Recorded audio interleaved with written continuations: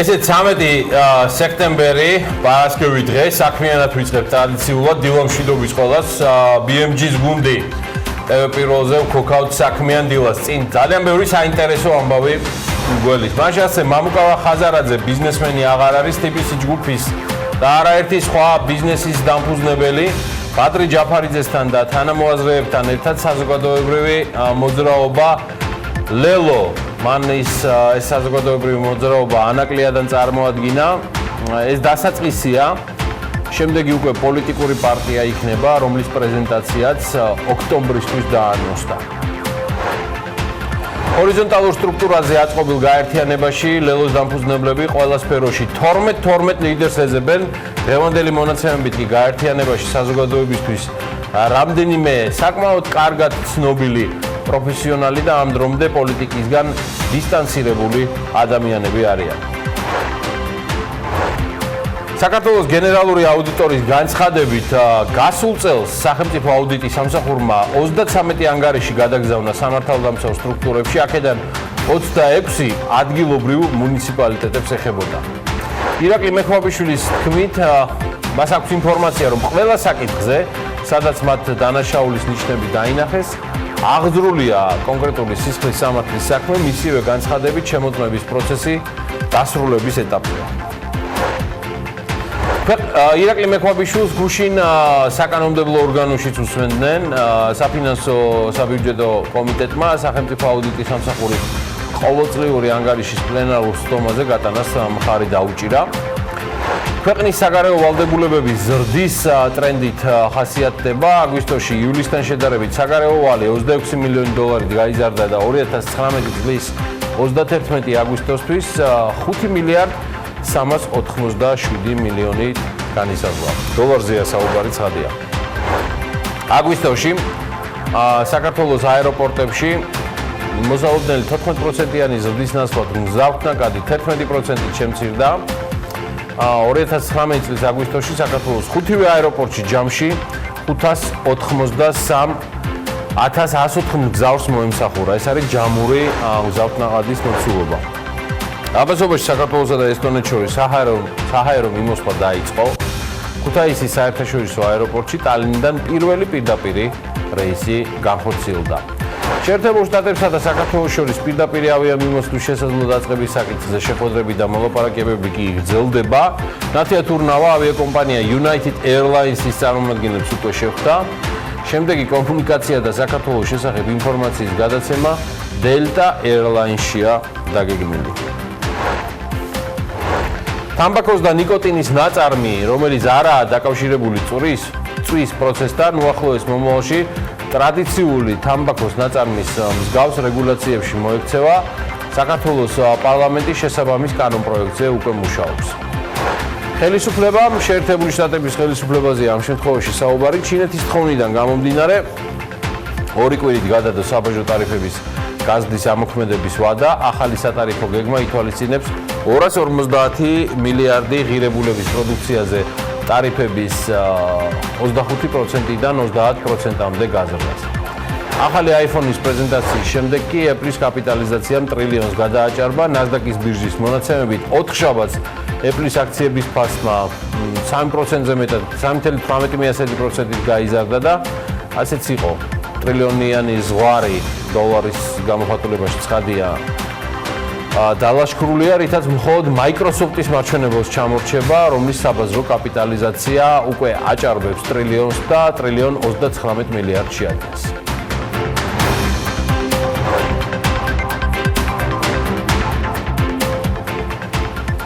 დილა მშვიდობის ყველას, მოგესალმებით. ეს საქმიანი დილაა, მე გიორგი ისაკაძე ვარ, ანა ლაპიაშვილთან ერთად წარმოგიდგენთ ტრადიციულად საქმიანი დილას ტელევიზორზე, ბიზნეს მედია საქართველოს გუნდი. გუშინ ძალიან საინტერესო დღე იყო, თუმცა გრძელი დღე იყო, ბევრი მიზეზის გამო. გუშინ პირველი ლელო დაიდო. რა ვთქვა ახლა ამასთან დაკავშირებით? ამ ლელოსთან დაკავშირებით ამის ფასი ქართული ეკონომიკისთვის არის განუზომლად დიდი. მე გულწრფელად მწყდება გული. ჩემ პირად დამოკიდებულებაა, რომ ქართული ბიზნესის სახეებს შორის უახლოეს მომავალში ვეღარ ვიხილავ მამუკა ხაზარაძეს და ბადრი ჯაფარიძეს მათ მიერ დაფუძნებული და დადებული მოძრაობის ლელოს თემამ გუშინ საინფორმაციო ველი სრულად დაიპყრო და იდეაში ესეც მოსალოდნელი იყო. მამუკა ხაზარაძე ამბობს, რომ მას აღარ სურს ერქვას ბიზნესმენი და მის მიზეზებზე ბევრი უკვე თქვა, ბევრსაც კიდევ იტყვის. საქმიან ნაწილს არც მომავალში მოვაკლებთ შეფასებებს, კრიტიკას თუ მოწონება შინაარსიდან გამომდინარე, თუმცა ერთი რამ ფაქტია. მისი, ანუ მამუკა ხაზარაძის და ბადრი ჯაფარიძის წინააღმდეგ დაწყებული საქმე არც მხოლოდ ბიზნესია და არც მხოლოდ პოლიტიკაა, სამართალი და სამართლიანობა კი ყოველთვის ისეთივე მნიშვნელოვანია, როგორც პირადად მათი საქმისთვის. სამწუხაროა, რომ გარდა ცალკეული თემებისა, რომელიც მამუკას და ბადრის ბიზნესს ეხება, BMG-ს ველიდან გადიან გამორჩეული რესპონდენტები, მეწარმეები, რომელთა ყოველდღიურობას უკვე ჰიპერაქტიული პოლიტიკური ჟურნალისტიკა გააშუქებს. მოქმედი ბიზნესმენების განწყობები კი იმაზე მძიმე რეალობებს ასახავს, ვიდრე პოლიტიკაში გარემოებების გამო გადაბარგებული მამუკა ხაზარაძე და ბადრი ჯაფარიძეს დამოკიდებულებებია. ის რაც საჯარო კომენტარებიდან იკითხება და რაც არ ითქმის, განწყობა დიდად სახარბიელო არ უნდა იყოს და ამას სოციმედიაში შეამჩნევთ. ხელზე ჩამოსათვლელი აქტიური ბიზნესმენებისგან აქტიურები თავისი პოზიციით, საჯარო პოზიციით ცხადია. 2019 წლის მესამე კვარტალში ბიზნესის განწყობის ინდექსი BCI-ზეა საუბარი, გაუარესდა და 8.3 პუნქტამდე შემცირდა, 18.7 პუნქტით ჩამოუვარდება წინა კვარტლის მაჩვენებელს. მსგავსი დაბალი მაჩვენებელი ბოლო 4 წელიწადია არ დაფიქსირებულა. კვლევის მიხედვით, რომელსაც ICC, BIA და ICT ერთობლივად ატარებენ, ბიზნესის განწყობის ინდექსის ყველაზე დიდი შემცირება ფიქსირდება საცალო ვაჭრობის, საფინანსო და მშენებლობის სექტორში. ცხადია, საინტერესოა მიზეზები ამ შედეგებისა. კვლევის ავტორების განცხადებით, სხვადასხვა სექტორში ბიზნესის განწყობის ინდექსის შემცირება გამოწვეულია როგორც მიმდინარე საქმიანობის შეფასების შემცირებით, ისე ბოლოდინების გაუარესებით. იმავე დროს სოფლის მეურნეობა არის ერთადერთი სექტორი, სადაც ბიზნესის განწყობის ინდექსი გაზრდილია. მიმდინარე მდგომარეობის ინდექსი, რომელიც გასული 3 თვის მდგომარეობას ასახავს, 2019 წლის მესამე კვარტალში 23.5 პუნქტით არის შემცირებული. ბიზნესის ოპტიმიზმის ინდექსი მნიშვნელოვნად არის შემცირებული ბოლო კვარტლებში მოლოდინების გაუმჯობესების შემდეგ და 21.7%-ს უკაცრავად პუნქტში ადგენს. საცალო ვაჭრობის სექტორთან ერთად მომსახურებისა და მშენებლობის სექტორებმაც მნიშვნელოვანი წვლილი შეიტანეს ბიზნეს სექტორის ოპტიმიზმის შემცირებაში, ხოლო სოფლის მეურნეობის სექტორში დაფიქსირდა მოლოდინების ზრდა.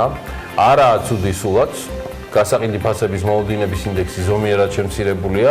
მოსალოდნელი ფასები მომსახურების და გადამამუშავებელი მრეწველობის სექტორში წინა კვარტალთან შედარებით შემცირებულია, მაშინ როცა სხვა სექტორში უფრო მაღალ ფასებს ელიან, მოლოდინი გაუარესებულია სამწუხაროდ დიდი ზომის და ასევე მცირე და საშუალო ზომის კომპანიებისთვის. საქმიანობის ყველაზე მნიშვნელოვანი შემზღუდელ ფაქტორად დიდი ბიზნესი სწორედ მოთხოვნის სიმცირეს ასახელებს, მცირე და საშუალო ბიზნესი კი კვლავ ფინანსებზე ხელმისაწვდომობას. მე მაინც შეგახსენებთ, რომ ეს არ არის ჩვენი შეფასებები. ამას საერთაშორისო სავაჭრო პალატა, BIA და ICT ერთობლივად ადგენენ, ამუშავებენ და აქვეყნებენ ჩვენი და სხვა პლატფორმების თუ რესურსების გამოყენებით. ეს შედეგები 2019 წლის მესამე კვარტლის მონაცემებიდან იკითხება და შედარებით მიმდინარე რეალობის გამოძახილია, ვიდრე გუშინ ამ სტუდიაში დაწყებული განხილვა ფრეიზერის ინსტიტუტის მსოფლიო ეკონომიკური თავისუფლების 2019 წლის ანგარიშსა, რომელიც 2017 წლის პერიოდს აფასებს. მე მადლობელი ვარ პალატა შეშელიძის და კოლეგების ახალი ეკონომიკური სკოლიდან გუშინდელი დეტალური ახსნისთვის, თუმცა ვინძლო ბევრი რამ მაინც განმეორებას საჭიროებს და ისევ მათ მიერ და მათი კოლეგების მიერ მომზადებულ ანალიტიკოსების მიერ მომზადებულ ანგარიშს დავიხმარ, სადაც საქართველოს 162 ქვეყანას შორის უმეტესად თავისუფალი სტატუსით მე-12 ადგილზე იმყოფება. წინა წელთან შედარებით საქართველოს ერთი საფეხურით დაწინაურდა, თუმცა კვლავ ჩამორჩება 2014 წლის მონაცემს, როდესაც მერვე ადგილი გვეკავა 8.1 სარეიტინგო ქულით. 2019 წლის კვლევა მომზადებულია, როგორც გითხარით, 2017 წლის მონაცემებზე დაყრდნობით და ზომავს ეკონომიკური თავისუფლების ხარისხს, როგორც ცალკეულ ქვეყნებში, ისევე მსოფლიოს მასშტაბით და აფასებს პირადი არჩევანის ხარისხს, ადგილობრივ და საერთაშორისო ბაზარზე შესვლის შესაძლებლობას, საკუთრების დაცულობას, კანონის უზენაესობას, სასამართლოს ვალუტის სტაბილურობას, ინფლაციას, ბიუროკრატიის წნეხს, ბევრი მაჩვენებელია. ჩვენი სარეიტინგო ქულა 10-დან 7.94-ია. საუკეთესო შედეგი ქვეყანას თავისუფალი ვაჭრობის კრიტერიუმში აქვს, მსოფლიოში მესამე პოზიციაა. დიახ. აქ საქართველოს სარეიტინგო ქულა 10-დან 8.74-ია. ყველაზე ცუდი პოზიცია ქვეყანას ფულადი პოლიტიკის კრიტერიუმშია. 76 და უკაცრავად 76 ადგილი. დაბალი სარეიტინგო ქულა საქართველოს სასამართლო სისტემის და კანონის უზენაესობის კრიტერიუმში მიიღო 6.34, რაც იმას ნიშნავს, რომ ერთ-ერთ მთავარ გამოწვევად კვლავ კანონის უზენაესობა რჩება სასამართლო თავისუფლებისა და დამოუკიდებლობის ქვეკრიტერიუმში ქვეყნის სარეიტინგო ქულა 10-დან 4.27-ია, რაც 2015 წელთან შედარებით კიდევ უფრო გაუარესებული მაჩვენებელია მთელი 8 პუნქტით. 2015 წელთან შედარებით გაუარესებულია საქართველოს პოზიცია მიუკერძოებელი მოსამართლეების კრიტერიუმშიც. ამ შემთხვევაში საქართველოს 4.1 ქულა მიიღო, მაშინ როცა 2015 წელს 4.7 ქულა ჰქონდა. გაუარესებულია საკუთრების დაცვის კრიტერიუმიც, აქ 6.19 გვაქვს, ნაცვლად 6.29 2015-ში. ცირედით, მაგრამ გაუარესდა პოლიციის სანდოობის კრიტერიუმი, აქ 10-დან 7.2-ია და ამ კრიტერიუმში 2015 წელს საქართველოს 7.19 ქულა ჰქონდა. 7 ან გნებავთ როგორც 7.19. 2019 წლის კვლევით მოწინავე ათეულის ქვეყნებია ჰონკონგი, სინგაპური, ახალი ზელანდია, შვეიცარია, შეერთებული შტატები, ირლანდია, გაერთიანებული სამეფო, კანადა, ავსტრალია. ბოლო ათეულს კი კრავენ ერაყი, კონგოს რესპუბლიკა, ეგვიპტე, სირია, ანგოლა, კონგოს დემოკრატიული რესპუბლიკა, ანგოლა, ალჟირი, სუდანი, ლიბია. მე მგონი სწორად. კი ბატონო. და კვლევის მონაცემებით რუსეთი 95, ხოლო ჩინეთი 113 ადგილზეა. აღსანიშნავია, რომ ეკონომიკური თავისუფლების საშუალო მსოფლიო მაჩვენებელი 1950 წლიდან 2017 წლამდე გაიზარდა 4.96-დან 6.90-მდე და რეალურად იქ ვართ ამ წუთში სადაც ვართ. გუშინვე იყო სხვათა შორის საასტუმრო შერატონში ეკონომიკური თანამშრომლობის და განვითარების ორგანიზაციის OECD-ის წარმომადგენლებთან შეხვედრა, რომლებმაც საქართველოსთან დაკავშირებით კიდევ ერთ რეიტინგზე, ოღონდ წინასწარ მონაცემებზე, საუბარი არის საქართველოს პირდაპირ უცხოურ ინვესტიციებისთვის ღიაობით და საინვესტიციო მიმზიდველობით მოწინავე და გამორჩეულ ქვეყნად დაასახელეს. ამ შეხვედრაზე OECD-ის ექსპერტებმა პრეზენტაციის სახით საქართველოს საინვესტიციო პოლიტიკის შეფასების ფარგლებში მიღებული პირველი მიგნებები წარადგინეს, რომლის თანახმადაც ქვეყანაში განხორციელებული და მიმდინარე დინამიური ეკონომიკური რეფორმების შედეგად შექმნილი საინვესტიციო გარემო დადებითად არის შეფასებული და OECD-ის წარმომადგენლები ამბობენ იმასაც, რომ ის უზრუნველყოფს საქართველოს მაღალ საინვესტიციო მიმზიდველობას საერთაშორისო დონეზე და ამას უდავო ლიდერად წარმოაჩენს რეგიონში.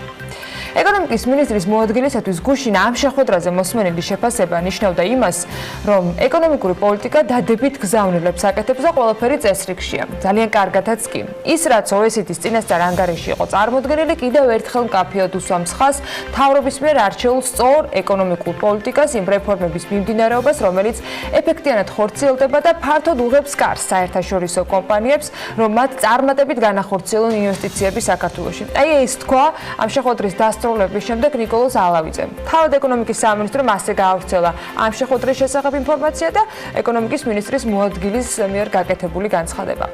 რაც შეეხება ამ ყველაფერს, რეგიონში ლიდერობა რომ დიდი ვერაფერია, ეს ერთი და მეორე, როცა დადებით შეფასებაზე ასეთი აღტკინებულები ვხდებით, კრიტიკაც რომ უნდა მივიღოთ ხოლმე, ამაზე შეთანხმებაც არ იქნება ურიგო. თან როცა ეკონომიკის მინისტრის მოადგილე ამბობს, რომ იმ ყველაფრის ფონზე რომ 54%-ით შემცირებულია FDI, საქართველოს მიმზიდველი ქვეყანაა უცხოური ინვესტიციებისათვის. მაშინ რატომ არ შემოდის ეს ინვესტიციები? კითხვა ალბათ მარტივი დასასმელია. კითხვის გარეშეც იყო რეკომენდაციები და ამ რეკომენდაციებსაც დასჭირდება ალბათ შესრულება იმისათვის, რომ ეს პოზიტიური გზავნილები რაიმე ფორმით აისახოს კიდეც ქვეყანაზე. არც სხვა კითხვებზე მე დავამატებ ძირძველზე სურს ან კომფორტშია ხელისუფლება გასცეს პასუხი. იგივე მოხდა პარლამენტის საფინანსო საბიუჯეტო კომიტეტის ხდომაზე მისული ფინანსური მონიტორინგის სამსახურის ხელმძღვანელი არ პასუხობს არ პასუხობს ჩვენი ოქროს სალომე მეცხვარიშვილის კითხვას, რატომ დაიწყეს 11 წლის წინანდელი ტრანზაქციის შესწავლა, რომელიც მამუკა ხაზარაძეს და ბადრი ჯაფარიძეს საქმეს ეხება ავთანდილ წერეთელთან ერთად. ეხლა სხვა საკითხზე ვარ, თუ უპასუხა პატიმო ხასაშვილმა, რომელიც ამ სამსახურის ხელმძღვანელობას კიდევ რამდენიმე ხნის განმავლობაში გულისხმობა თორშტები რამდენიმე რაც გარკვეული პერიოდი, შემდეგ ვადაგაზდის და სავარაუდოდ დატოვებს პოსტს და ისე რომ ამ კითხვაზე პასუხს არ გასცემს. 11 წლის შემდეგ. მათ შორის არავინ არ მოიკითხავს ამაზე პასუხს. არ მოიკითხავენ არც პარლამენტარები, რადგან საქართველოს პარლამენტის წევრებს მათ საკმაო ნაწილს თავი და ბოლო რაც შეუძლიათ ეს არის რომ უზრუნველყონ საკუთარი აუზების წყლით გავსება. რომელიც კურთხეულია მათი პარტიული ლიდერისგან და შემოიფარგლონ მდარე ხარისხის. ჩემ ენაზე ამას პოლიტიკური გოიმობა ქვია. აი ესეთი პასუხებით, რადგან არც სათქმელი აქვთ რამე და არც შეუძლიათ. ვერც კითხვას ვერ დასვამენ, რადგან შეზღუდვებია და მრავალმხრივი, მათ შორის ინტელექტუალურიც.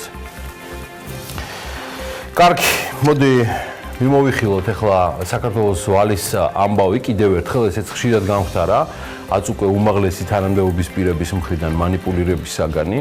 მიმდინარე წლის აგვისტოში საქართველოს სახელმწიფო ვალის მოცულობა 157 მილიონი ლარით გაიზარდა და 20 მილიარდს გადააჭარბა.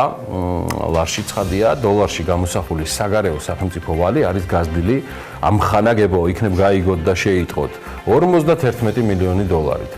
აგვისტოში საშინაო სახელმწიფო ვალი 106 მილიონი ლარით გაიზარდა. 31 აგვისტოს მდგომარეობით საქართველოს საგარეო სახელმწიფო ვალი 15 მილიარდ 900 მილიონი ლარია, ხოლო საშინაო სახელმწიფო ვალი 4 მილიარდ 200 მილიონი. საქართველოს საგარეო სახელმწიფო ვალის 73% საერთაშორისო ორგანიზაციებზე მოდის, მათ შორის საქართველოს ყველაზე მეტი ვალი, ანუ 5 მილიარდ 600 მილიონი მსოფლიო ბანკის აქვს.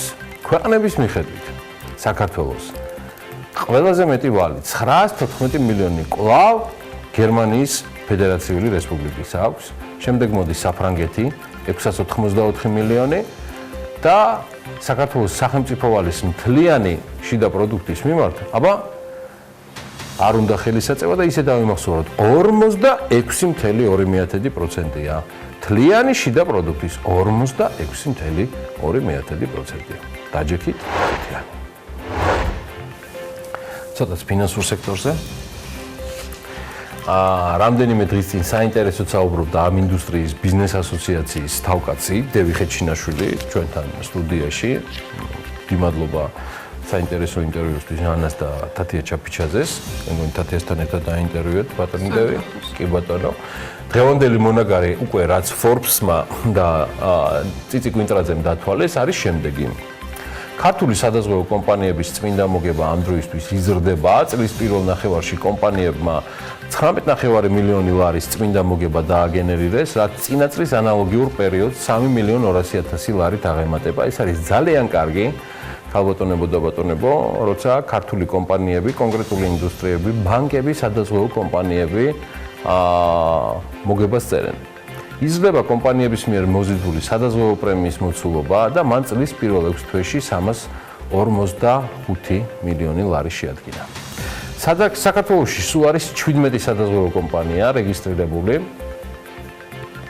და მათგან 16 ფლობს როგორც სიცოცხლის, ასევე ყველა სხვა ტიპის არასიცოცხლის დაზღვევის ლიცენზიას, ხოლო ერთი მათგანი მხოლოდ არასიცოცხლის დაზღვევის ლიცენზიას. მოზიდული სადაზღვევო პრემიით ბაზარზე იმედიელი ლიდერობს, მას მოსდევს GPI და ალდაკი. წლის პირველ 6 თვეში ყველაზე დიდი მოცულობით ზარალი კომპანია უნისონმა აუნაზღაურა, ანაზღაურებული ზარალის მოცულობით მეორე ადგილზე GPI-ა, მესამეზე კი იმედიელი. სამედიცინო ჯანმრთელობის დაზღვევის სახეობაში მოზიდული პრემიის მიხედვით ბაზარზე კი იმედიელი ლიდერობს. კომპანიამ 6 თვეში დაზღვევის ამ სახეობებიდან 52 მილიონ 100.000 თორშტები კი ესეა მოიზიდა და ბაზრის 36%-იანი წელიწადს დაიკავა. მეორე ადგილზე GPI-ა 31 მილიონით ცოტა მეტი 31.300.000 და ბაზრის 22% უკავია. მესამე ადგილზე კომპანია არდია, რომელმაც 6 თვეში 19.300.000 ლარი მოიზიდა და ბაზრის 13%-იანი ნიში დაიკავა. სხვა კომპანიებზე კი ბაზრის 29% მოდის ჯამურად. საქმიანო სატრანსპორტო საშუალებების დაზღვევის სახეობაში მოზიდული პრემიით TBC დაზღვევა ლიდერობს, მას მთლიანი წილის 25% უკავია, მეორე ადგილზე ალდაგია 19-ით, მე-16%-იანი წილით დაზღვევის ამ მიმართულებაში არის GPI.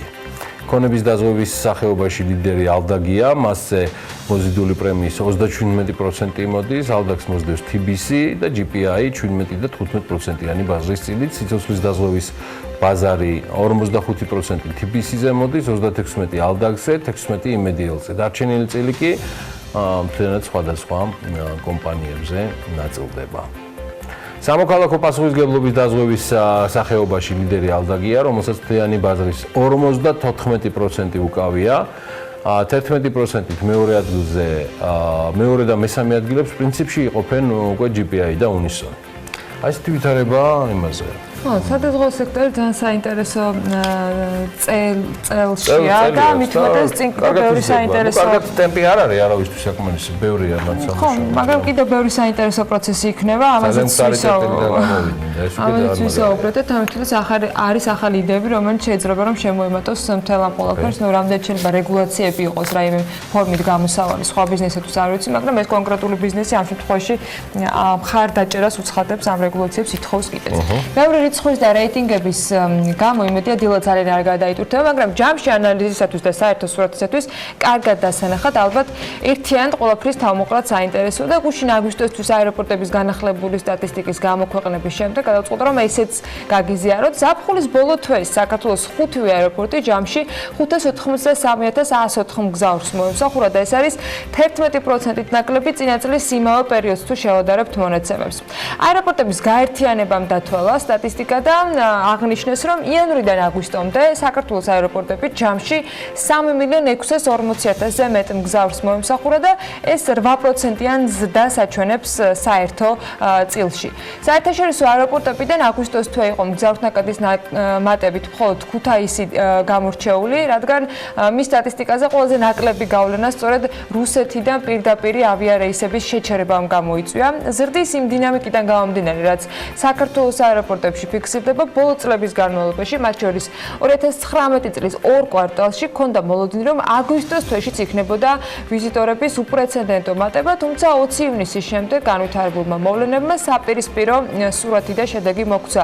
წლის პირველ ნახევარში დაფიქსირებული ზრდის დინამიკის გათვალისწინებით, აგვისტოში 759,000-ის ნაცვლად, რაც 14%-იან ზრდას წარმოადგენდა. საქართველოს აეროპორტები ჯამში 583,104 მგზავრს მოემსახურა და ეს არის 11%-იანი კლება. ხაზგასასმელია, რომ კლება, რომელიც აგვისტოში დაფიქსირდა, არის მაქსიმალურად მინიმიზებული საქართველოს მთავრობის იმ ნაბიჯების შედეგად, რომელიც გადაიდგა და ამჟამად გრძელდება რუსეთის მიერ ფრენების აკრძალვის გამო დაზარალებული სექტორის დასახმარებლად. აი ასეთი იყო განმარტება აეროპორტების გაერთიანების მხრიდან. დეტალურ სტატისტიკას თუ ჩავხედავთ, საბოლოო ჯამში ასეთ რიცხვებს ვნახავთ, რომ თბილისის საერთაშორისო აეროპორტი ჯამში აგვისტოში 14%-ით ნაკლებ მგზავრს მოემსახურა და თუ ავიღებთ იანვარ-აგვისტოს პერიოდს ზრდა მაინც იყო და ეს ზრდა შეადგენდა 3%-ს. ბათუმის საერთაშორისო აეროპორტშიც იყო კლება, აქ 20%-იანი მინუსით გვაქვს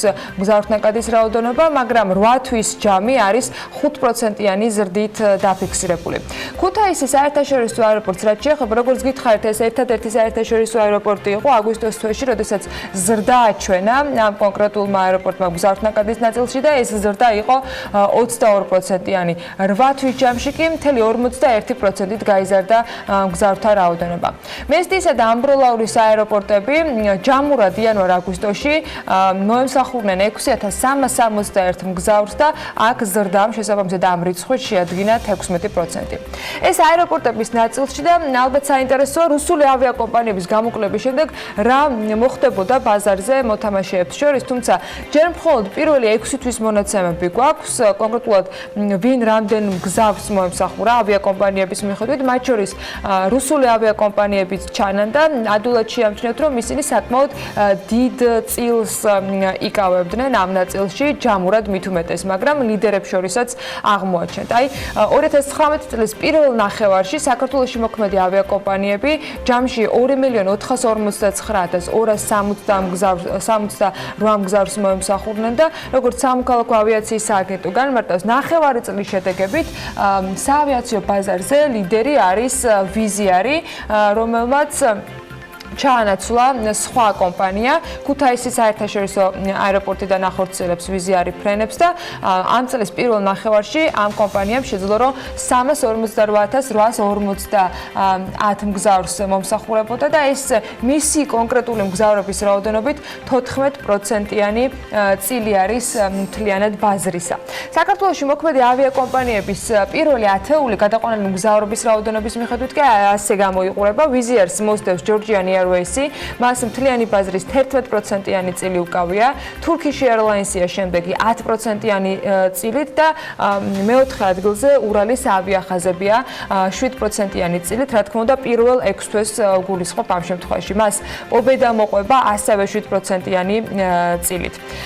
მე-6 ადგილს კი უკრაინის საერთაშორისო ავიახაზები იკავებენ, ამ ავიაკომპანიის წილი ბაზარზე 4% იყო, Fly Dubai-საც 4% ეკავა და Aeroflot-საც 4%-იანი წილი ჰქონდა. ციმბირის ავიახაზებსაც ანალოგიურად მთლიანი ბაზრის 4% ჰქონდა. პეგასუსის შემთხვევაში ბაზრის წილი 3%-ს უტოლდებოდა. კიდევ ძალიან ბევრი ავიაკომპანია ოპერირებს, მაგრამ ეს არის ათეული, რომელიც პირველი 6 თვის მონაცემებით შეგვიძლია რომ შევადგინოთ. ავიაკომპანიების მიერ გადაყვანილი მგზავრების შესახებ სრული სტატისტიკური ინფორმაცია თავის მხრივ შეგიძლიათ რომ სამოქალაქო ავიაციის სააგენტოს მიერ შედგენილ ანგარიში ნახოთ და ათეულს მიღმა ინფორმაციაც მიიღოთ, რა თქმა უნდა. საინტერესო იქნება ცალსახად როგორ გადანაწილდება ბაზარი მას შემდეგ რაც რუსული ავიაკომპანიები გამოაკლდა ქართულ ბაზარს და ამასთან დაკავშირებით ანალიტიკაც უახლოეს მომავალში გვექნება შესაბამისი სტრუქტურების მხრიდან. ის რაც უკვე მომზადებული გვაქვს, ეს დღევანდელი ბიზნეს სიახლეებია, ცხადია BMG-ს დახმარებით და მოდით გადავხედოთ მათ. საერთაშორისო სავალუტო ფონდის მისიის წარმომადგენლებმა ეკონომიკის სამინისტროში გამართულ შეხვედრაზე ენერგეტიკის სფეროში მიმდინარე და დაგეგმილ რეფორმებზე მინისტრის მოადგილეებთან ერთად იმსჯელეს. 12 სექტემბრის მონაცემებით კი კახეთის რეგიონში 23,000 ტონა ყურძენია გადამუშავებული. ღვინის საწარმოებს ყურძენი უკვე 2,000-მდე მევენახემ ჩააბარა. აქვე დიდიდან გასათვალისწინებელი ამბავი მაქვს, განსაკუთრებით თბილისში მყოფთათვის. ჰოლივუდური ფილმის ფორსაჟ 9-ის ეპიზოდების გადაღებების გამო ნუცუბიძის ფერდობზე და ვარაზის ქუჩაზე დღეს 13 სექტემბერს 11-დან 15 საათამდე ტრანსპორტის მოძრაობა იქნება შეზღუდული. შეზღუდვის არეალი კი თავის მხრივ მოიცავს ვარაზის ქუჩის მონაკვეთს, ჟღენტის ქუჩიდან მე-4 მიკრორაიონის მე-19 B კორპუსამდე, ასევე დათუაშვილის ქუჩას და ამაშუკელის ქუჩის მონაკვეთს, მოკლედ გაითვალისწინეთ ყველა, ვინც ამ მიმართულებით გადაადგილებას გეგმავთ დღის განმავლობაში, ყოველ შემთხვევაში დღის პირველ ნახევარში. და რა ხდება სხვა მხრივ საბიუჯეტო კომიტეტმა თამბაქოს კონტროლის შესახებ კანონში ცვლილებების პირველი მოსმენით მხარდაჭერა დააფიქსირა. კანონპროექტის მიხედვით თუ აქამდე თუთუნი იმპორტისას არ იბეგრებოდა, ახალი რედაქციით კილოგრამზე აქციზის გადასახადი 60 ლარით განისაზღვრება. ამასთან კანონპროექტს ემატება განმარტება თამბაქოს ახალი ნაწარმი, როგორც არის მაგალითად აიქოსი. კანონპროექტის ავტორები ამბობენ, რომ კანონპროექტის დამტკიცება ხელს ერთის მხრივ ქვეყანაში აიქოსის ლეგალურად შემოსვლას შეუწყობს და მეორეს მხრივ მოაქცევს მას თამბაქოს შესახებ კანონის კონტროლის ქვეშ. კანონპროექტის მიღების შემთხვევაში სახელმწიფო ბიუჯეტი კი დამატებით 30-40 მილიონი ლარის საგადასახადო შემოსავალს მიიღებენ, რაც მიიღებს თავად თამბაქოს ახალი ნაწარმისა და შესაბამისი მოწყობილობის იმპორტისა და რეალიზაციის შედეგად გადახდელი აქციზის ადვალური და დამატებითი ღირებულების გადასახადის სახით, იმ დაშვებით, რომ დღეისთვის ქვეყანაში თამბაქოს ახალი ნაწარმის 15,000-მდე მომხმარებელია, ამაზეც იყო საუბარი საკანონმდებლო ორგანოში. შემოგვაქვს რეგულაციები, სადაც ისეთი ტიპის ნაწარმი, რაც არ ხვდება თამბაქოს კონტროლის შესახებ კანონის რეგულაციებში, აუცილებლად მოექცეს და არ იყოს ერთგვარი კონტრაბანდა, მაგალითად აიქოსთან დაკავშირებით, მაგალითად იგივე თუთუნთან დაკავშირებით, რომელიც სამწუხაროდ გახდა უფრო ხელმისაწვდომი, ვიდრე თქვა ამ შემთხვევაში სხვა ტიპის თამბაქოს მოხმარება. ერთგვარად შემოდის თუთუნი და ის ვერ იბეგრება, ანუ ერთის მხრივ ბიუჯეტი კარგავს თანხებს და მეორეს მხრივ ვიმეორებ, რადგანაც ვერ იბეგრება, ბუნებრივია, მისი ღირებულება არის დაბალი და ხდება უფრო მეტად ხელმისაწვდომი. თუთუნის აქციზი იქნება მითითებულია, რომ კილოგრამზე იქნება 60 ლარი, რაც არის დღევანდელი მოცემულობით და შესაბამისად დარეგულირდება, ანუ გახდება ლეგალური. საქართველოს საბანკო ასოციაციის პრეზიდენტი ალექსანდრე ძნელაძე იმედოვნებს, რომ ეროვნული ბანკის მიერ მონეტარული პოლიტიკის 0.5% პუნქტით გამკაცრება ლარის გაცვლით კურსზე დადებით გავლენას მოახდენს, თუმცა ის ამასთანავე ამბობს, რომ თავად საბანკო სექტორისათვის რეფინანსირების განაკვეთის ზრდა დადებით ფაქტორს არ წარმოადგენს. გამკაცრებას სიხარულით, რა თქმა უნდა, ვერ შევხვდებოდით, არ არის კარგი ფაქტორი, მაგრამ მიზეზები ახსნა ეროვნულმა ბანკმა და არგუმენტაცია გააკეთა, თუ რატომ გამკაცრდა პოლიტიკა და იმედი მაქვს, რომ არ იმოქმედებს ეკონომიკური აქტივობის შენელებაზე. ეს გადაწყვეტილება ამბობს ალექსანდრე ძნელაძე. საქართველოს პარლამენტის წევრი რომან გოცირიძე ეკონომიკისა და მდგრადი განვითარების მინისტრს ნათია თურნავას ოფიციალური წერილით მიმართავს და ლოუკოსტერებთან თუ რა პირობებით აქვს საქართველოს ეკონომიკისა და მდგრადი განვითარების სამინისტროს გაფორმებული ხელშეკრულებები ვიზიართან და რეენიართან ამ ხელშეკრულებების პირობების გაცნობას სთხოვს. წერილი დეპუტატმა ეკონომიკის სამინისტროსგან ინფორმაციის გამოთხოვისათვის პარლამენტის რეგლამენტის 152 მუხლის პირველი პუნქტის შესაბამისად მოითხოვა. მისთვის საინტერესოა საქართველოს მთავრობის მხრიდან რა ფორმით ხორციელდება თბილისისა და ქუთაისის საერთაშორისო აეროპორტებში ოპერირებისათვის კომპანიების სუბსიდირება ან მარკეტინგული მხარდაჭერა. რამდენია დღემდე სუბსიდირებისათვის, მარკეტინგული მხარდაჭერისათვის გაწეული ხარჯები და რამდენი იქნება მოსალოდნელი. ასევე სუბსიდირების გარდა ვიზიარსა და რეენიართან გაფორმებული ხელშეკრულებები ითვალისწინებს თუ არა საქართველოს მთავრობის მხრიდან რაიმე სხვა სახის ვალდებულებების შესრულებას.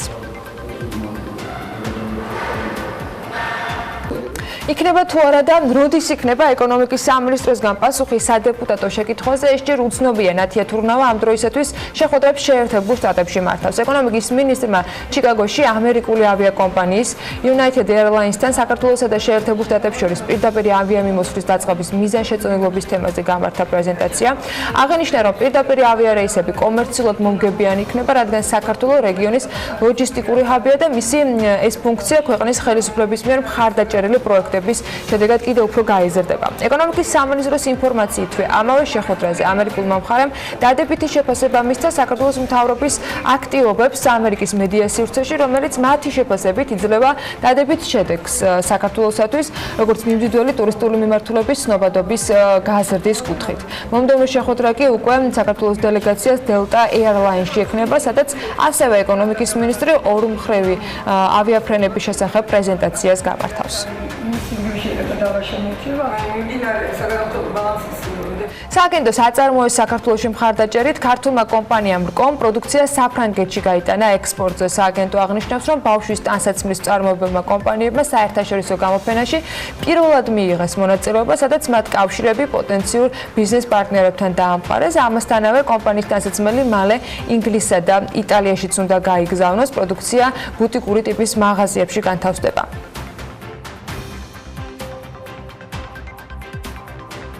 კანადაში კვებეკის პროვინციის ქალაქ მონრეალში გამართულ უმსხვილეს საერთაშორისო გამოფენაზე კი გარემოს დაცვა და სოფლის მეურნეობის სამინისტროს ორგანიზებით ქართული თაფლის მწარმოებლებმა პროდუქცია წარადგინეს. ამ გამოფენის ძირითადი თემა წელს სოფლის მეურნეობის განვითარებაში მეფუტკრეობის როლი იყო. გამოფენა აპიმონდია 2019 მეფუტკრეობის დარგში უახლესი ტექნოლოგიების მიღწევებს ეძღვნება, სადაც მწარმოებლებს აქვთ საშუალება, რომ სამეცნიერო მიმართულებების ცოდნა და გამოცდილება ერთმანეთს გაუზიარონ. სამინისტრო აღნიშნავს, რომ დასავლეთ საქართველოს მეფუტკრეთა ალიანსის ქართული ტრადიციული მეღვინეობის ნენას და მერსი კორპის მიერ წარდგენილმა თაფლის ნიმუშებმა სპეციალისტებისა და გამოფენის სტუმრების მხრიდან მაღალი შეფასება დაიმსახურა.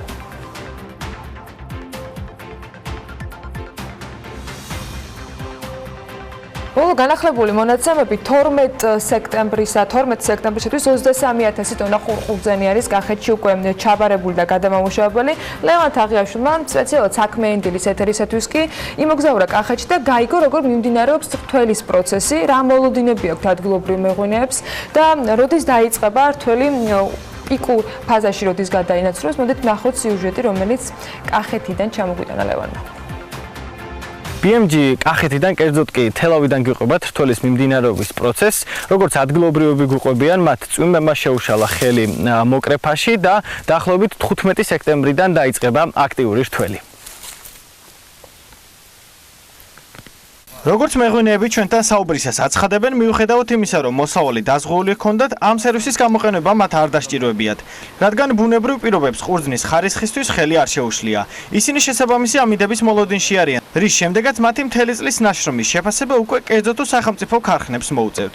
ამინდების გამო რთველის დაწყების პროცესი გაჭიანურდა, წვიმები იყო ბევრი და ამის გამო თვითონ ნახში ფიზიკურად მუშაობაც გაძნელებული იყო და ქარხნებიც გაჩერებული იყო.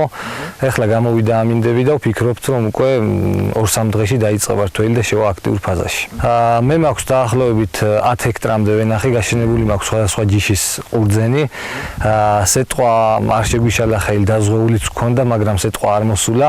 ყურძნის ხარისხსაც შეეხება, ხარისხიანი ყურძენი გვაქვს. მაგრამ ამ ეტაპზე რაც აქამდეც გამოცდილება ჰქონდა, დაგვჭირდება ქარხნები იმისთვის, რომ მოვახდინოთ ამ ყურძნის რეალიზება და ველოდებით, რომ კერძო ქარხნების გახსნას და ჩვენთვის შესაბამისი ფასის დადგენას.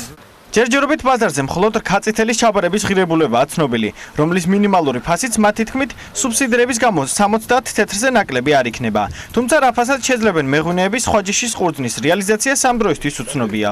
ვისაუბროთ ფასზე. რამდენად დამაკმაყოფილებელია, იცით თუ არა საერთოდ რა ფასში ჩაიბარებენ ქარხნები ყურძენს და როგორია თქვენი მოლოდინები?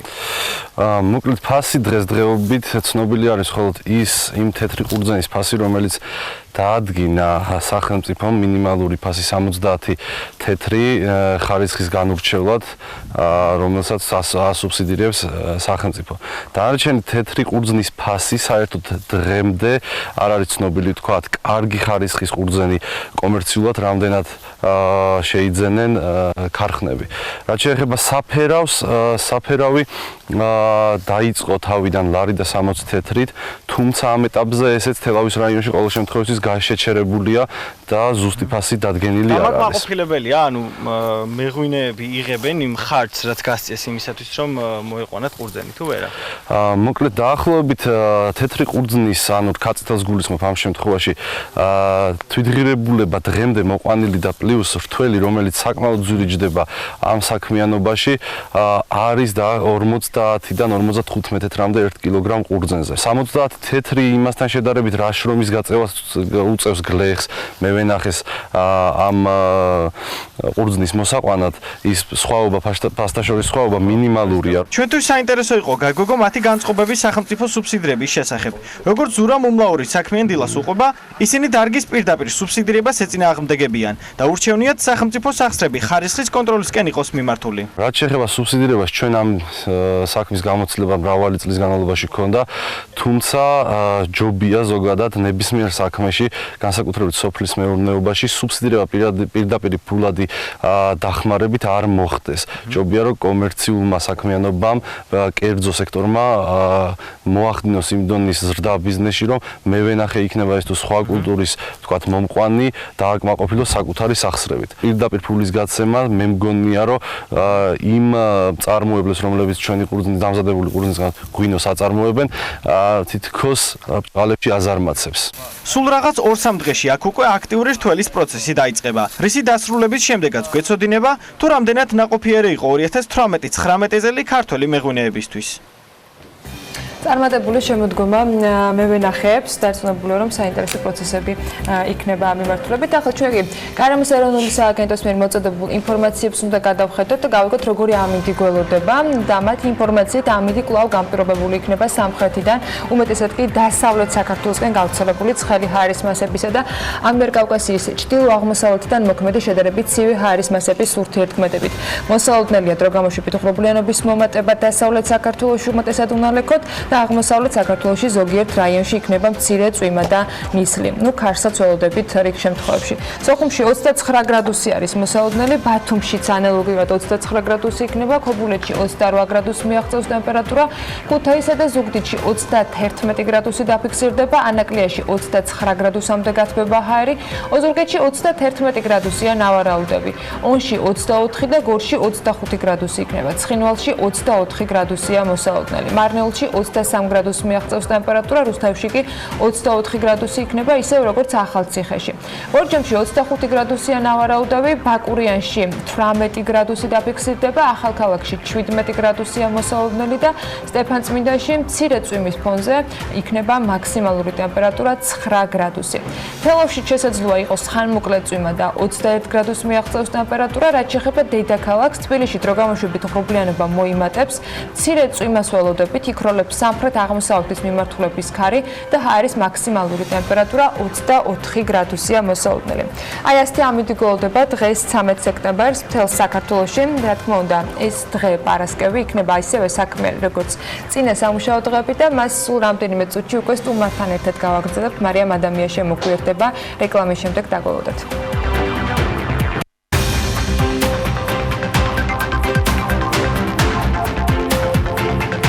ინოვაციურ ტურიზმზე უნდა ვისაუბროთ და მოგზაურობაზე 21 საუკუნეში, სადაც ტურისტული კომპანიები აპლიკაციით ნაცვლდება და ადამიანები დამოუკიდებლად ყოველგვარი დახმარების გარეშე იკვლევენ გზას მსოფლიოს ნებისმიერ წერტილში. უფრო კონკრეტულად ჩვენ ახლა უნდა ვისაუბროთ ინოვაციური აპლიკაციის შესახებ მარიამ ადამიანთან და ძალიან საინტერესო სტუმართან ერთად და განვიხილოთ, როგორ არის შესაძლებელი, რომ მივიღოთ სამენოვანი აუდიო ინფორმაცია თბილისის და ბათუმის 100-ზე მეტ ღირსშესანიშნაობასთან დაკავშირებით და მოვიაროთ მსოფლიო.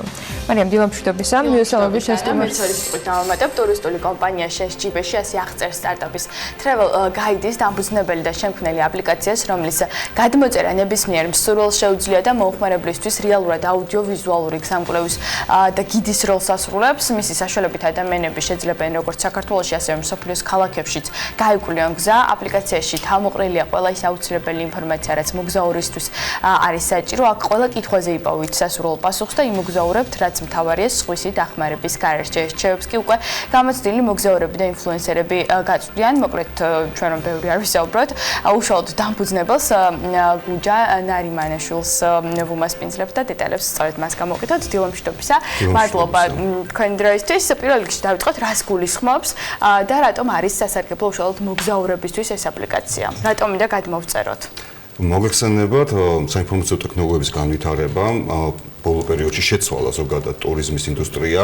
დღეს უკვე აღარ არის აქტუალური ტურისტულ სააგენტოებში მისვლა. ბევრი ადამიანი ახერხებს სახლიდან, მობილურიდან დაჯავშნოს ავიაბილეთი, შეარჩიოს სასტუმრო და ესე გეგმავენ მოგზაურობას. მაგრამ არის ძალიან დიდი გეპი ამ ორ რაღაცას შორის, როდესაც 85% მოგზაურებისა როცა ჩადიან კონკრეტულ მიმართულებ ქალაქში, მერე იწყებენ უკვე ინფორმაციის ძიებას თუ საწავიდენ, რა გააკეთონ და ხშირად ეს მოგზაურობა სტრესის თემა უფრო არის ვიდრე სიამოვნების, იმიტომ რომ ბევრი ისეთი ინფორმაცია, რომელიც გადაადგილებასთან არის დაკავშირებული, თუ სიტყვაზე ტაქსის ღირებულებასთან, თუ კურსთან, თუ სიტყვაზე მეტროს სამგზავრო ბარათის აღებასთან, ეს ყველაფერი სტრესად იქცევა ხოლმე, ვინაიდან დროში შეზღუდულები ვართ მოგზაურობისას და ისეთი ინფორმაციები, რომლებიც თითქოს და უნდა ვიცოდეთ, აღმოჩნდება, რომ სულ სხვანაირად არის იმ ქვეყანაში და იმ ქალაქში.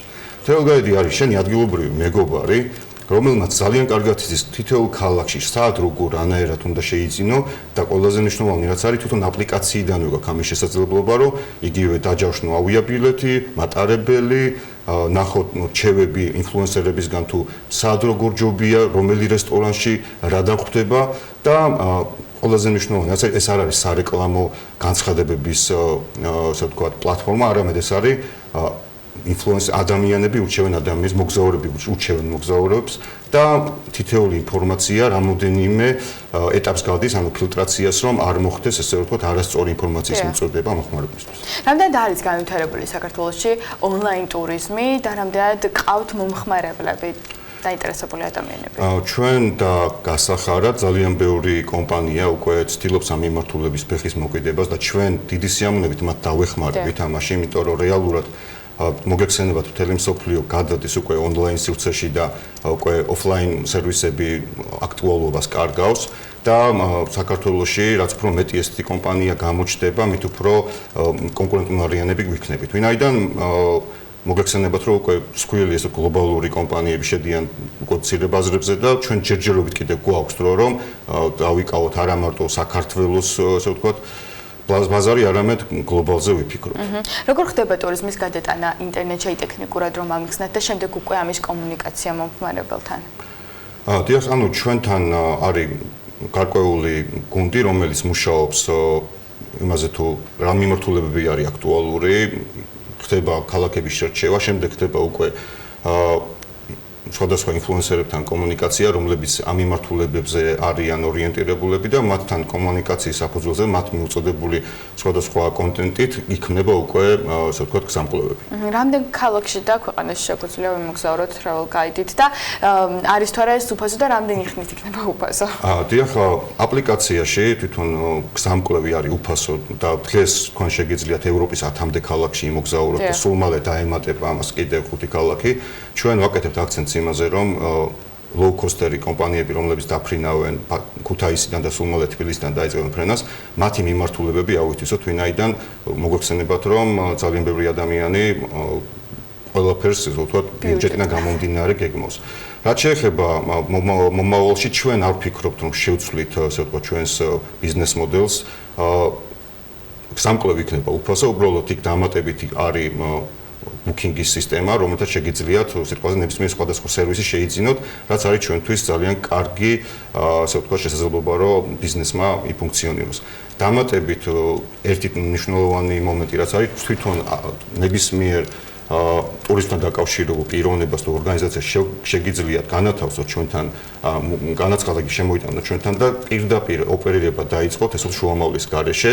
თქვენ ჩვენი კომპანიის, ასე ვთქვათ, ტექნიკური გუნდი შეგექმნით პროფილს, შეგექმნით CRM სისტემას და პლუს ამისა გექნებათ შესაძლებლობა, რომ თქვენი პლატფორმიდან მიიღოთ შეკვეთები და მართოთ, ასე ვთქვათ, ონლაინ სივრცე. ანუ ჩვენ ვართ არა უბრალოდ ერთ-ერთი კომპანია, ანუ ჩვენ პლატფორმა იმ კომპანიებსაც ჯერ კიდევ არ აქვს საკუთარი ონლაინ, ასე ვთქვათ, ბუკინგ სისტემა, ჩვენთან ძალიან, ასე ვთქვათ, მისაღებ პირობებით დარეგისტრირდნენ და გააკეთონ ოპერირება, ასე ვთქვათ, მათთვის სასურველ მიმართულებით. გუჯა, ამ შემთხვევაში მაინტერესებს სახელმწიფოს რა ბენეფიტების მიღება შეუძლია ამ სტარტაპით გასაგებია, რომ მოგზაურებისთვის ძალიან კარგი შესაძლებლობა იმოგზაურონ უფასოდ და გიდი ყავდეთ, როგორც თავად ამბობ ჯიბეში, თუმცა სახელმწიფოს რა სარგებელი შეიძლება რომ მოუტანოს?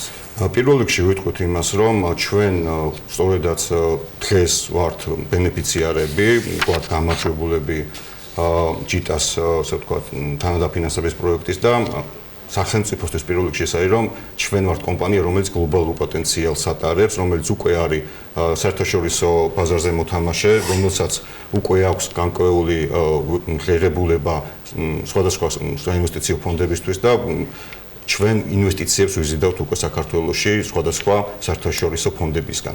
ანუ მიდის მოლაპარაკებები და ასე ვთქვათ, რაც უფრო მეტი გლობალური ასე ვთქვათ, სტარტაპი შეიქმნება საქართველოში და მოიზიდავს ინვესტიციას, პირველ რიგში ეს. მეორე, დავამატებ იმას, რომ ჩვენ ამ გრანტის დახმარებით ვიწყებთ ჩინურენოვან კონტენტის შექმნას, ანუ ქართულს, რუსულ და ინგლისურ კონტენტს დაემატება ჩინური კონტენტი, რაც იქნება მორგებული ჩინურ მომხმარებელზე და ვფიქრობთ, რომ საქართველოში კიდევ ამ და არა მარტო საქართველოში მოვიზიდავთ ჩინურ ტურისტებს, რომლებიც არიან ერთ-ერთი ყველაზე მზარდი ბაზარი მსოფლიოში. ანუ ჩინელებს შესაძლებლობა ექნებათ საქართველოს ღირსშესანიშნაობების შესახებ ჩინურ ენაზე მოისმინონ. თუმცა როგორ უნდა მიაწოდოთ ეს ინფორმაცია მათ, ანუ როგორ უნდა გააგებინოთ, რომ ისინი როდესაც თბილისში საქართველოში ჩამოვლენ, მათ ექნებათ გიდი, რომელიც ჩინურ ენაზე ისაუბრებს სრულად უფასოდ. მარკეტინგულ კამპანიას როგორ აპირებთ ჩინეთში? დიახ, მოგეხსენებათ, ჩინეთი საკმაოდ დახურული ბაზარია, აქვს ძალიან ბევრი შეზღუდვა, ამიტომ ჩვენ ეხლა გვაქვს მოლაპარაკებები დაწყებული სხვადასხვა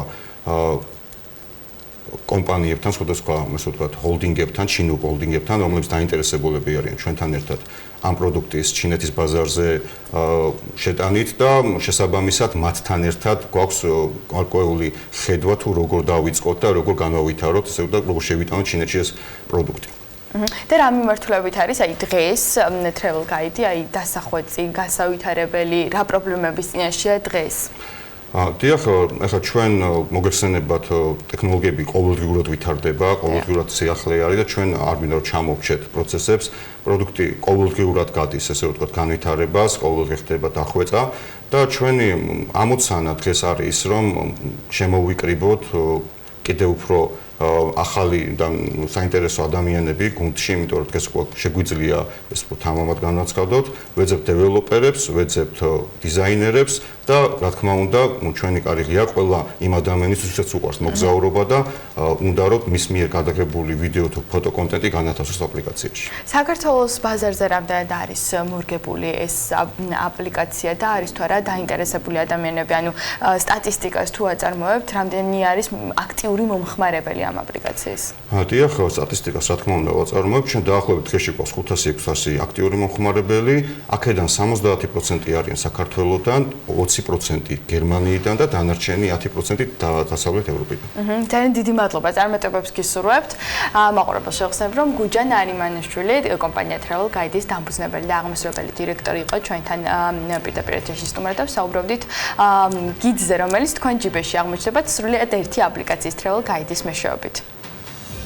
ახლა კიდევ ერთი სიუჟეტი გვაქვს მარიამ ადამიანს მიერ მომზადებული. Business Insider-მა ამერიკის შეერთებულ შტატებში უცნაური კანონების სია გამოქვეყნა, რომელიც როგორც ადგილობრივები ამბობენ, აბსურდულიც კი არის, თუმცა მათ არ აღიარება და დაუმორჩილებლობა ჯარიმით და თავისუფლებით აღკვეთაც ერგებათ, რატომ არის აკრძალული 9 საათის შემდეგ ამერიკის ერთ-ერთ შტატში დასიგნალება და ეკრძალებათ ადამიანებს დანაჩანგლის გამოყენება. ეს შეგვიძლია სიუჟეტში ვნახოთ.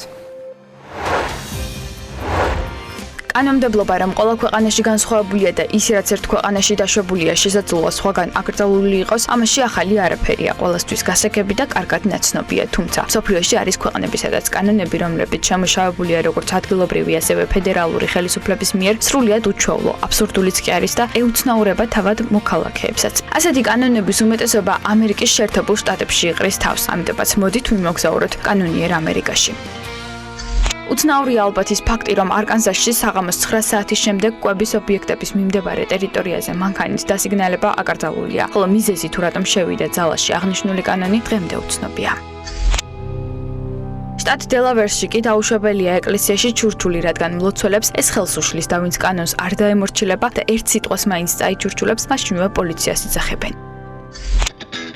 ფლორიდაში კი საზოგადოებრივი თავშეყრის ადგილებში, ქუჩებში, პარკებსა თუ სკვერებში 16 წლის ზევით ადამიანებს ეკრძალებათ ქუდისა და სახის ნიღბის გაკეთება.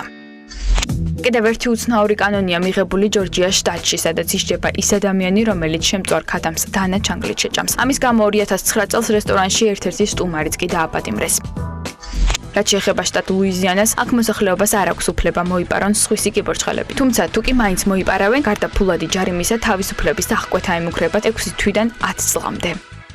მერილენდის შტატში კი დაუშვებელია საზოგადოებრივი თავშეყრის ადგილებში ჩხუბი, წინააღმდეგ შემთხვევაში დამნაშავე $100 დაჯარიმდება.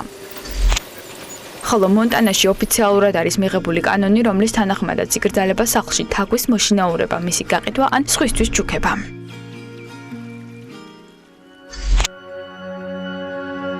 გარდა ამისა, ვისაც ვენერიული დაავადება აწუხებს, შტატ ნებრასკაში ვერ დაქორწინდება, რადგან ეს აქ კანონით დაუშვებელია. კიდევ ერთი უცნაური კანონი პენსილვანიაშია და იკრძალება კატებისა და ძაღლების დაპურება დღეში 1-ზე მეტად. შტატ ტენსენში კი იკრძალება სხვისთვის Netflix-ის პაროლის გაცემა. ხოლო ვისკონსინში ყველი და კარაქი აუცილებლად გემრიელი უნდა იყოს, წინააღმდეგ შემთხვევაში წარმოებელი ჯარიმდება.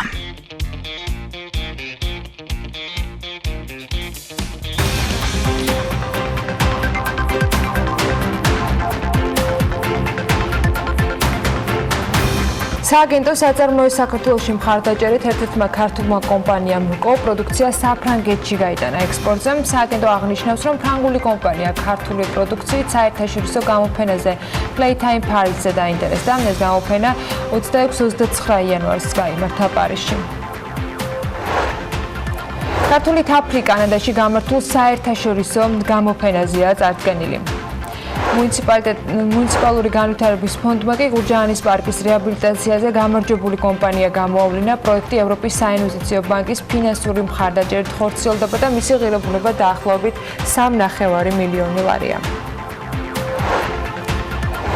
გუშინ საქართველოს პარლამენტში საქართველოს გენერალურ აუდიტორს უსმენდნენ, რომელმაც 2018 წლის ანგარიში წარადგინა. ირაკლი მექვაბიშვილის განცხადებით, გასულ წელს უპრეცედენტოდ მაღალი რაოდენობის 90 აუდიტი ჩატარდა. შედეგად სახელმწიფო აუდიტმა 66 მილიონი ლარის დარღვევები აღმოაჩინა.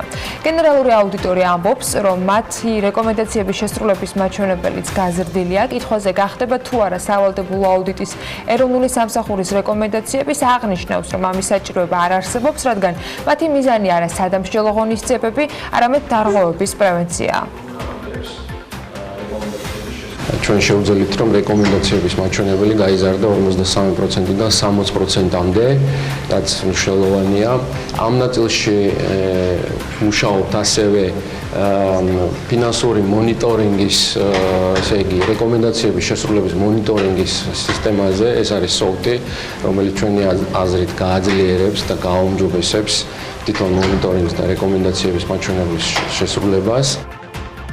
გენერალური აუდიტორის ინფორმაციითვე გასულ წელს სახელმწიფო აუდიტის სამსახურმა სულ ჯამში 90 ჩატარებული აუდიტიდან 33 აუდიტის ანგარიში სამართალდამცავ სტრუქტურებს გადაუგზავნა. ძირითადად დარღვევები შესყიდვის, აქტივებისა და ბიუჯეტის აღსრების მართვის მიმართულებით ფიქსირდება.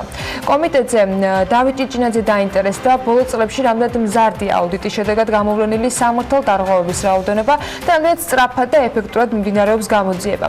მთავარი აუდიტორი აღნიშნავს, რომ სტატისტიკა არის გაზრდილი, რადგან 2017 წელს აუდიტმა საგამოძიებო ორგანოს ჯამში 11 ანგარიში მიაწოდა, 2018 წელს კი ეს მაჩვენებელი 33 იყო. სული წლის შედეგებით სახელმწიფო აუდიტის სამსახურმა გადააგზავნა 33 ანგარიში სამართალდამცავ სტრუქტურებში, აქედან 26 ეხებოდა ადგილობრივ მუნიციპალიტეტებს. ჩემი ინფორმაციით, აბსოლუტურად პრაქტიკულად ყველა საკითხზე, სადაც ჩვენ დავინახეთ დანაშაულის ნიშნები, აღძრული არის კონკრეტული სისხლის სამართლებრივი საქმეები. საქართველოს ენერგეტიკისა და წყალმომარაგების მარეგულირებელმა ეროვნულმა კომისიამ კი საქართველოს გაერთიანებული წყალმომარაგების კომპანიას სალიცენზიო პირობების დარღვევების გამო 5,000 ლარით ბიუჯეტის სასარგებლოდ დააჯარიმა. სემეკის ინფორმაციით, სალიცენზიო პირობების დარღვევად კომისიამ გადაწყვეტილების შეუსრულებლობა მიიჩნია, რომელიც მიზნად ლაგოდეხის მუნიციპალიტეტში წყალმომარაგების სისტემაში სასმელი წყლის ხარისხის მონიტორინგის გამკაცრებას და შესაბამისი ღონისძიებების გატარებას ისახავდა.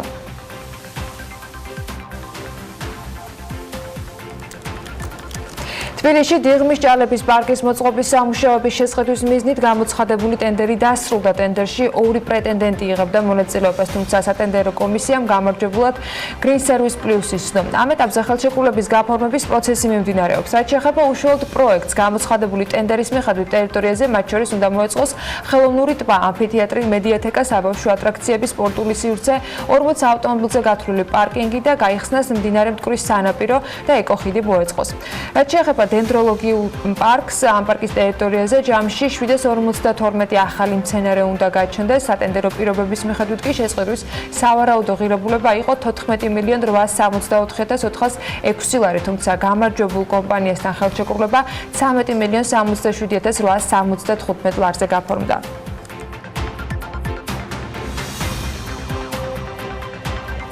კახეთში ყურძენის საწარმოებს 2,000 მამევენახემ ჩააბარა. 12 სექტემბრის მონაცემებით რეგიონში 23,000 ტონა ყურძენია გადამუშავებული, მათ შორის 1,700 ტონა რქაწითელი, 7,500 ტონა საფერავი, 2,400 ტონა კახური მწვანე და დანარჩენი სხვადასხვა ჯიშის ყურძენი გახლავთ. ყურის ეროვნული სააგენტოს ინფორმაციით, ამ ეტაპზე ყველაზე დიდი რაოდენობით ყურძენი სიღნაღის მუნიციპალიტეტშია გადამუშავებული 7,000 ტონამდე, სადაც დედოფლის წყაროსთან ერთად ტრადიციულად კახეთში ყურძნის კრეფა იწყება.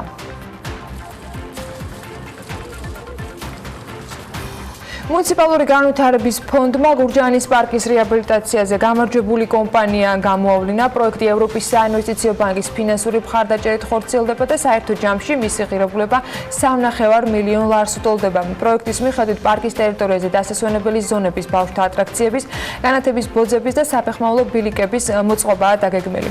ასევე გეგმაშია სკამების, სანაგვეურნების გამწვანებისა და მწვანე საფარის მოწყობა. პროექტის დასრულების შემდეგ კი მუნიციპალიტეტს კეთილმოწყობილი და მრავალფუნქციური ინტენსიური რეკრეაციული ზონა უნდა შეემატოს. პარკი ჯამში სხვადასხვა ტიპის სპორტულ, კულტურულ და რეკრეაციულ სივრცეებს გააერთიანებს და ის ადაპტირებული იქნება ამავე დროს შეზღუდული შესაძლებლობების მქონე პირებისათვის. სარეაბილიტაციო სამუშაოები კი ამ წლის სექტემბერში დაიწყება და ერთ წელში 2020 წლის სექტემბერში დასრულდება.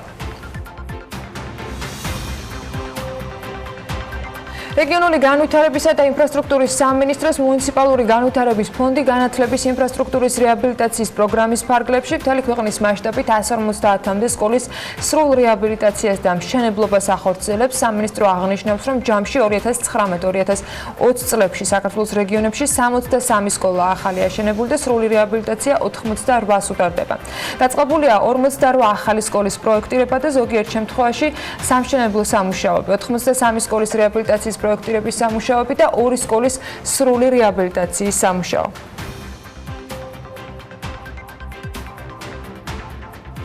სოფლიოში ერთ-ერთმა უმსხვილესმა და მაღალი რეპუტაციის მქონე აუდიტორულმა კომპანია მურმა საერთაშორისო კონფერენციას და უმსხვილესი ორგანიზაციის აღმასრულებელ დირექტორს უმასპინძლა. ლევან თაღიაშვილი ესწრებოდა ღონისძიებას და ის მოგიყვებათ რა გეგმები აქვს ბრიტანულ კომპანიას საქართველოში და როგორ აფასებენ მისი წარმომადგენლები ბიზნეს გარემოს ჩვენს ქვეყანაში. სოფლიოში ერთ-ერთმა წამყვანმა აუდიტორულმა და ბიზნეს საკონსულტაციო კომპანია მური კახეთში ერთკვირიან სემინარზე აღმოსავლეთ ევროპისა და აზიის ქვეყნებიდან დარგის წარმომადგენლები შეკრიბა და დარგში მიმდინარე ცვლილებებზე სამომავლო სტრატეგიაზე და კომპანიის რებრენდინგზე იმსჯელა. კომპანია, რომელიც 30,000 პროფესიონალისგან შედგება, მსოფლიოს 100-ზე მეტ ქვეყანაში ოპერირებს და $3 მილიარდ ბრუნვით იწონებს თავს. რებრენდინგზე კომპანიის სამომავლო სტრატეგიასა და საქართველოსთან დაკავშირებულ გეგმებზე BMG-ს მურ გლობალის აღმასრულებელი დირექტორი ანტონ კოლელა ესაუბრა და აღნიშნა, რომ კომპანიის სტრატეგია კლიენტებთან პარტნიორობა და მათთვის კომპეტენტური ფინანსური და საკონსულტაციო მომსახურების გაწევაა. ჩვენ გვსურს ვიყოთ ყველაზე რესპექტაბელური აუდიტორული კომპანია მსოფლიოში.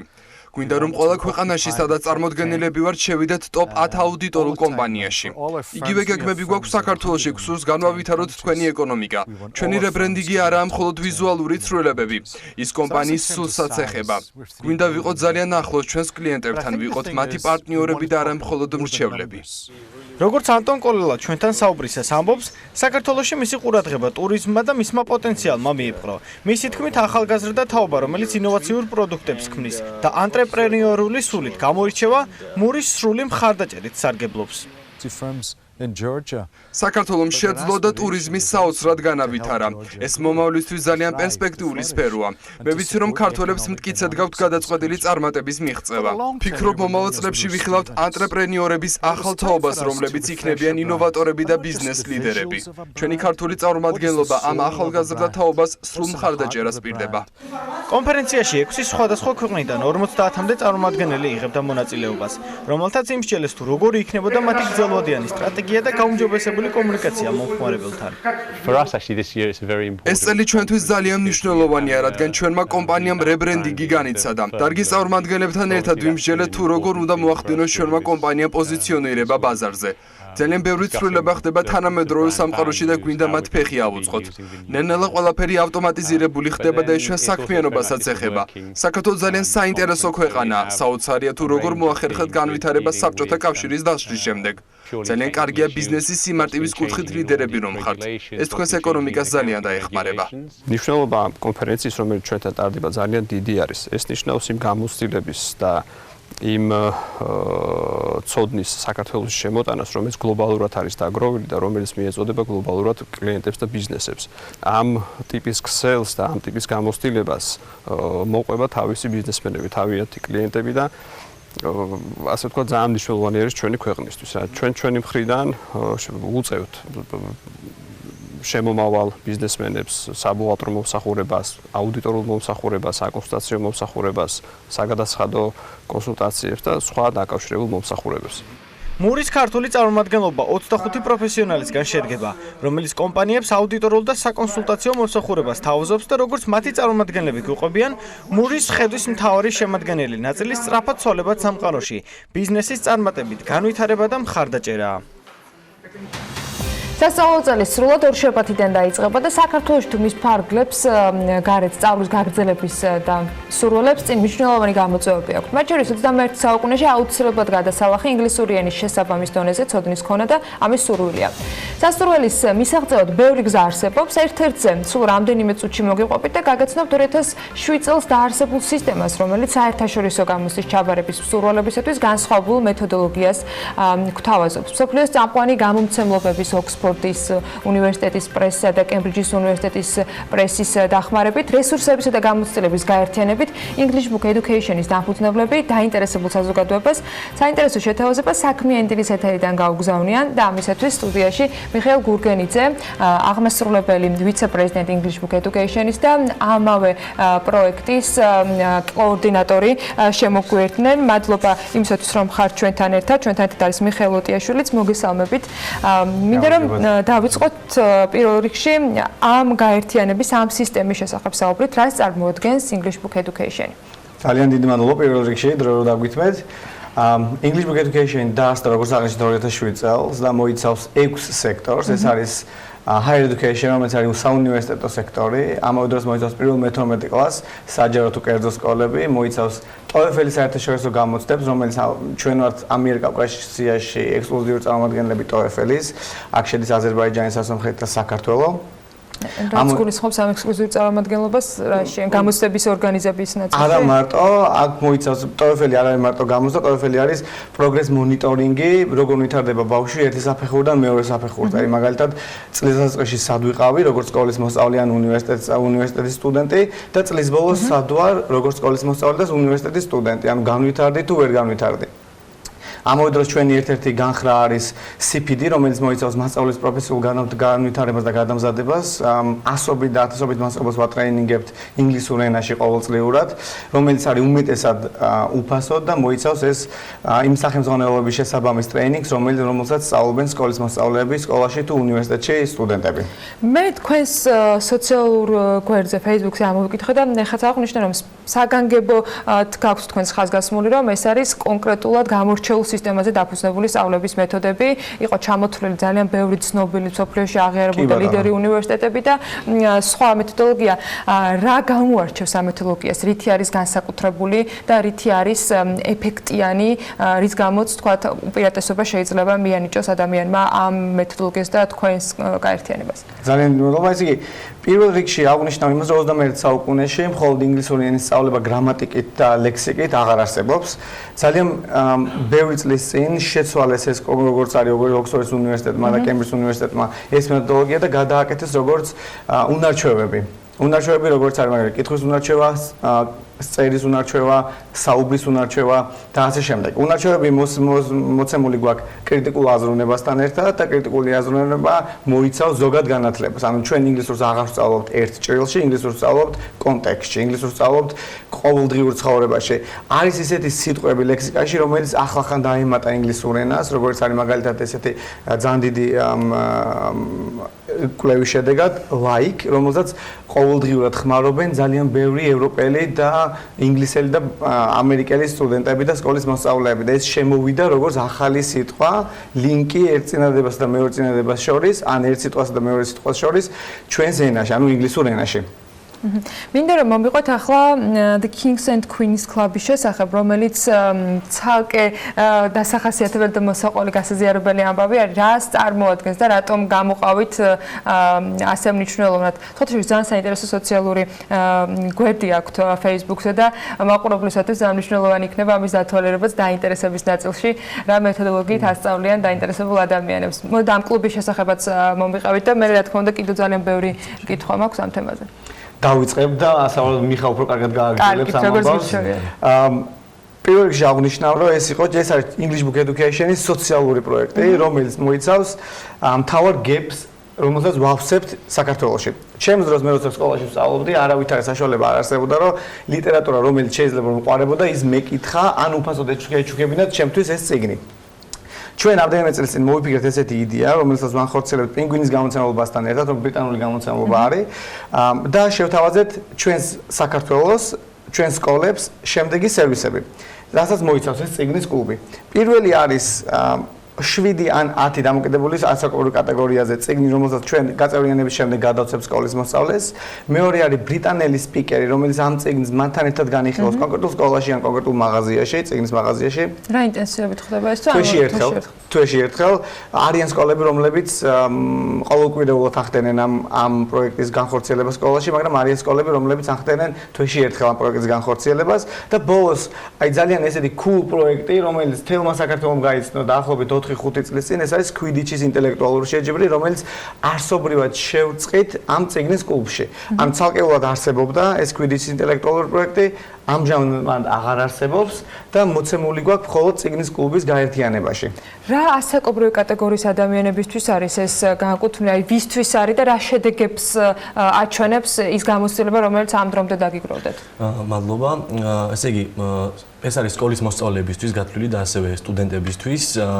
პირველ რიგში მონაწილეობას იღებენ მე-5-დან მე-8 კლასის ჩათვლით სკოლის მოსწავლეები, ასევე მე-9 და მე-12 კლასის ჩათვლით მოსწავლეები. წიგნები, რა თქმა უნდა, დონეების მიხედვით არის განსაზღვრული და ყველა მოსწავლეს და ყველა კლასის მოსწავლეს, ესე იგი, თავისი დონის წიგნი აქვს, რა თქმა უნდა, არჩეული. ასევე სტუდენტებიც ერთვებიან წელს ჩვენს პროექტში და რა თქმა უნდა მათაც თავიანთი დონის წიგნები ექნებათ ამ პროექტში. ასევე ჩვენ დავინახეთ რომ მოსწავლეებს განუვითარა მოსმენის, კითხვის, საუბრის უნარები, ეს ყველაფერი ერთად კრიტიკულ აზროვნებაში ერთიანდება და კრიტიკული აზროვნება მოსწავლეს საშუალებას აძლევს რომ სესიის დროს თამამად მიიღოს დისკუსიაში თავისი როლი და თამამად დააფიქსიროს თავისი აზრი დისკუსიაში სპიკერთან ერთად და თავის კლასელთან. არის თორე განსაზღვრული ამ ჯგუფების თქვა შედგენისას ზედა და ქვედა ლეველად წოდებული, თქვათ, ანუ ენის ცოდნის ხარისხი, როდესაც თუნდაც იმისათვის, რომ თავისუფალი იყოს დისკუსია, ვიღაცა არ დაკომპლექსდეს და ვიღაცისთვის არ იყოს რა თქმა უნდა განსაზღვრული არის, მაგრამ არა ძალიან გამოყოფილი, იმიტომ რომ არ არის აუცილებელი მოსწავლეებს დავანახოთ, რომ ვიღაც სხვა დონეზეა, ან სხვა ლეველზეა და ერთი უფრო დაბალ ლეველზე არის, ეს არ არის აუცილებელი. ჩვენ თანაბრად ვანაწილებთ მოსწავლეებს და სიტყვაზე სექტემბერში თუ წაიკითხა მარტივი წიგნი, უკვე წლის ბოლოს ან იანვარში მაგალითად წაიკითხავს რთულ წიგნს სხვა ჯგუფთან ერთად და ასე მოხდება შერწყმა ერთმანეთის და გათანაბრდება წიგნების წაკითხვის რაოდენობა და რა თქმა უნდა ლეველიც იწევს წლის ბოლოს მაგალითად. ან თქვენ ნაწილობრივ ჩართულები ხართ ამ წიგნების შერჩევაში, როგორ ხდება ლიტერატურის შერჩევა, გარდა ინტერესისა, შესაბამისი, თქვათ, ცოდნის ხარისხთან უნდა იყოს გათანაბრებული და აქვე მივაყოლებ კითხვას, როგორ შეიძლება რომ კომუნიკაცია დაამყარონ სკოლებმა, აუცილებელი ერთო რომ მთელი სკოლა იყოს ჩართული თუ შეიძლება ერთი კლასის ან ერთი ჯგუფის წევრების მხრიდან არსებობდეს ინტერესი და ჩაერთონ ამ სისტემაში. კი ბატონო, ესე იგი ბოლო კითხვიდან დავიწყებ თუ შეიძლება. შეუძლია მონაწილეობა მიიღოს ნებისმიერ სკოლის მოსწავლეს და რა თქმა უნდა სკოლასაც. სკოლას შეუძლია გამოიყვანოს ის რაოდენობა მოსწავლეების, რამდენი სურვილიც აქვს, მაგრამ თუ სიტყვაზე ერთ ბავშვს აქვს სურვილი რომ მონაწილეობა მიიღოს და თავის თანაკლასელები ან თავის სკოლა ვერ ახერხებს რაღაც მიზეზების გამო ჩართვას, ჩვენ გვაქვს შექმნილი წიგნის კლუბი ჩვენს ოფისში, სადაც შეუძლია მოვიდეს და გაიცნოს სხვა სკოლის მოსწავლეები და მათთან ერთად დაესწროს სესიებს. არის აუცილებელი რომ სკოლა იყოს ინიციატორი, ინდივიდუალური თქვა სურვილის შემთხვევაში შესაძლებელი არის რომ იპოვონ თუნდაც გაიცნონ ახალი ადამიანები, ეს არის ერთ-ერთი მთავარი მიზანი ჩვენი პროექტის. და ასევე ჩვენი მთავარი მიზანია რომ შევაყვაროთ მოსწავლეებს ლიტერატურის კითხვა ინგლისურ ენაზე. კითხვა ერთია, მსჯელობა წიგნებზე მეორე, არ აქვს მნიშვნელობა რა ენაზე იქნება ეს, ვინ არის მენტორი, ვინ არის ჩართული ამ დისკუსიაში, რომ ენის გარდა მათ შორის იყოს საუბარი საინტერესო ახალგაზრდებისათვის, ვინც ამ ფორმით ენის შესწავლას ცდილობენ. მოდერატორს ვეძახით ჩვენ ეს ადამიანს და ეს არის ბრიტანელი სპიკერი, რომელიც მოდერირებს მთელ სესიას. ის იწყებს სესიას, რა თქმა უნდა, შეიძლება კრიტიკული კითხვით დაიწყოს, შეიძლება გააკრიტიკოს კონკრეტული ავტორი და ეს ამ ბავშვების ჩართულობა მოხდეს მათი აზრის დაფიქსირებით კონკრეტულ ავტორზე, ან კონკრეტულ წიგნზე, რომელიც წაიკითხეს, განიხილეს, თან ეს ყველაფერი ხდება ჯგუფურად და როდესაც სკოლის მოსწავლეები ემზადებიან სესიისთვის, აუცილებლად ხვდებიან ერთმანეთს, რომ ჩამოყალიბონ პრეზენტაცია, შექმნა პრეზენტაცია, თავისი აზრი დააფიქსირონ. თან ამავე დროს განიხილავენ იმ პერიოდს, როდესაც ამ ავტორმა ეს წიგნი დაწერა. აი რა გავლენა იქონია მაგალითად შექსპირზე კონკრეტულმა პერიოდმა, ან არსებობდა თუ არა ნამდვილად შექსპირი. ეს კითხვები არ არის აუცილებელი იყოს მართალი ან ტყუილი, ეს კითხვები მნიშვნელოვანია, რომ დებატების დროს კრიტიკული აზროვნების ჩართულობით განიხილონ სესიის დროს და მოდერატორი არის ბრიტანელი სპიკერი. უფრო მეც გეტყვით ამაზე, ეს არის დატრეინინგებული ბრიტანელი სპიკერი, რომელიც ორიენტირებული არის ესეთ განათლებაზე. როგორ უნდა მოხვდნენ ასეთ ჯგუფებში დაინტერესებული ადამიანები? მართალია ხა იწყება სასწავლო სეზონი და ანუ ყველაზე კარგი დრო არის ამ ნაწილში, მაგრამ შესაძლოა გადაწყვეტილების მიღება, ვთქვათ, ეხა არ იყოს ყველასთვის ხელმისაწვდომი ან სურვილის შესაბამისი, მაგრამ ეტაპობრივად გქონდეთ ამის ჩართვა. თქვენ როგორ უნდა დაგეკავშირდნენ, გარდა იმისა, რომ წელან Facebook-ი ვახსენე, რა ფორმით შეიძლება ჩართვა და უნდა გაიარონ თუ არა წინასწარ ვთქვათ შესარჩევი ეტაპები, თუნდაც ენის ცოდნის შესაფასებლად. რეგისტრაცია არის ძალიან მარტივი. ერთი მხრივ შეგვიძლია შევიდეთ The Kings and Queens Club-ის საიტზე, ეს არის kingsandqueens.co.uk და იქ წერია ჩვენი საკონტაქტო ინფორმაცია, შეუძლიათ ნებისმიერ დროს დაგვიკავშირდეთ და დავარეგისტრირებთ, დავეხმარებით რეგისტრაციაში, ასევე შეუძლიათ ონლაინ დარეგისტრირდნენ, შეიყვანონ თავისი პირადი მონაცემები და გაიარონ ძალიან მარტივად რეგისტრაცია. ასევე შეუძლიათ ჩვენი Facebook გვერდის მიყოლის შედეგად გადავიდნენ წიგნის კლუბის საიტზე და ასე გაიარონ რეგისტრაცია. ანუ დიდი შეფერხება არ ექნება თამაში, ძალიან მარტივად შეუძლიათ დარეგისტრირდნენ და მოდიდან დაიწყება შეხვედრები? უკვე სექტემბრის ბოლოდან უკვე ვიწყებთ შეხვედრებს სწავლის დაწყებასთან ერთად, უკვე სკოლები მზად არიან ამისთვის და ასევე რეგისტრაციაც უკვე მიმდინარეობს, 30 სექტემბრამდე გაგრძელდება რეგისტრაცია და ამის შემდეგ უკვე მთლიანად მთელი საქართველო დაიწყებს წიგნის კლუბში, Kings and Queens კლუბში მონაწილეობას. მე მგონი ძალიან საინტერესოა, იმიტომ რომ იმის გათვალისწინებით, რომ ეს ინგლისურ ენაზე ხდება და ადამიანები ენასწავლენ, ძალიან საინტერესო არის დისკუსიაში ჩართვა, როდესაც ლიტერატურაზე მიდის მსჯელობა და მით უმეტეს შესაძლებელი არის, რომ იმ ეპოქის განხილვა, რა ეპოქიდანაც ესა თუ ის ნაწარმოები არის წარმოშობილი და ეს ავტორი იმ დროისათვის წერდა. ძალიან დიდი მადლობა, ძალიან საინტერესო პროექტის წარმოდგენისათვის და ჩვენი მაყურებლობის გაზიარებისათვის. მიხაილ გურგენიძეს, English Book Education-ის აღმასრულებელ ვიცე-პრეზიდენტს და მიხაილ ოტიაშვილს, English Book Education-ის პროექტის კოორდინატორს მასპინძლობთ საქმიანი დილის ეთერში და ვსაუბრობთ ძალიან საინტერესო პროექტზე The Kings and Queens Club-ზე, სადაც ინგლისური ენის შესწავლის მსურველები კონკრეტულ ლიტერატურაზე მსჯელობენ და ძალიან საინტერესო შეხვედრებს მართავენ. მადლობა თქვენ კიდევ ერთხელ. ჩვენ წინ სარეკლამო პაუზა გველოდება და რამდენიმე წუთში დაგიბრუნდებით.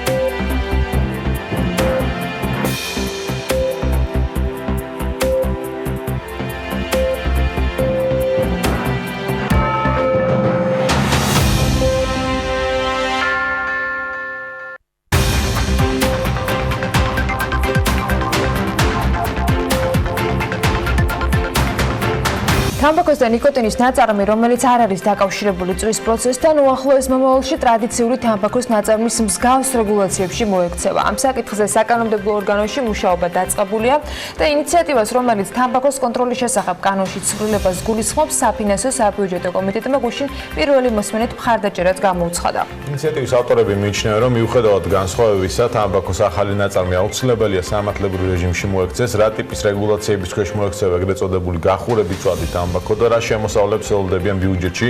კანონმდებლები პროექტის ერთ-ერთ ინიციატორთან ერთად ვისაუბრებთ საქმიანი დილის სტუდიაში. გურამ მაჭარაშვილი პარლამენტარი შემოგვიერთდა დილიდან. დილომშვიდობის ბატონო მადლობა გადაცემაში მომზადებისთვის.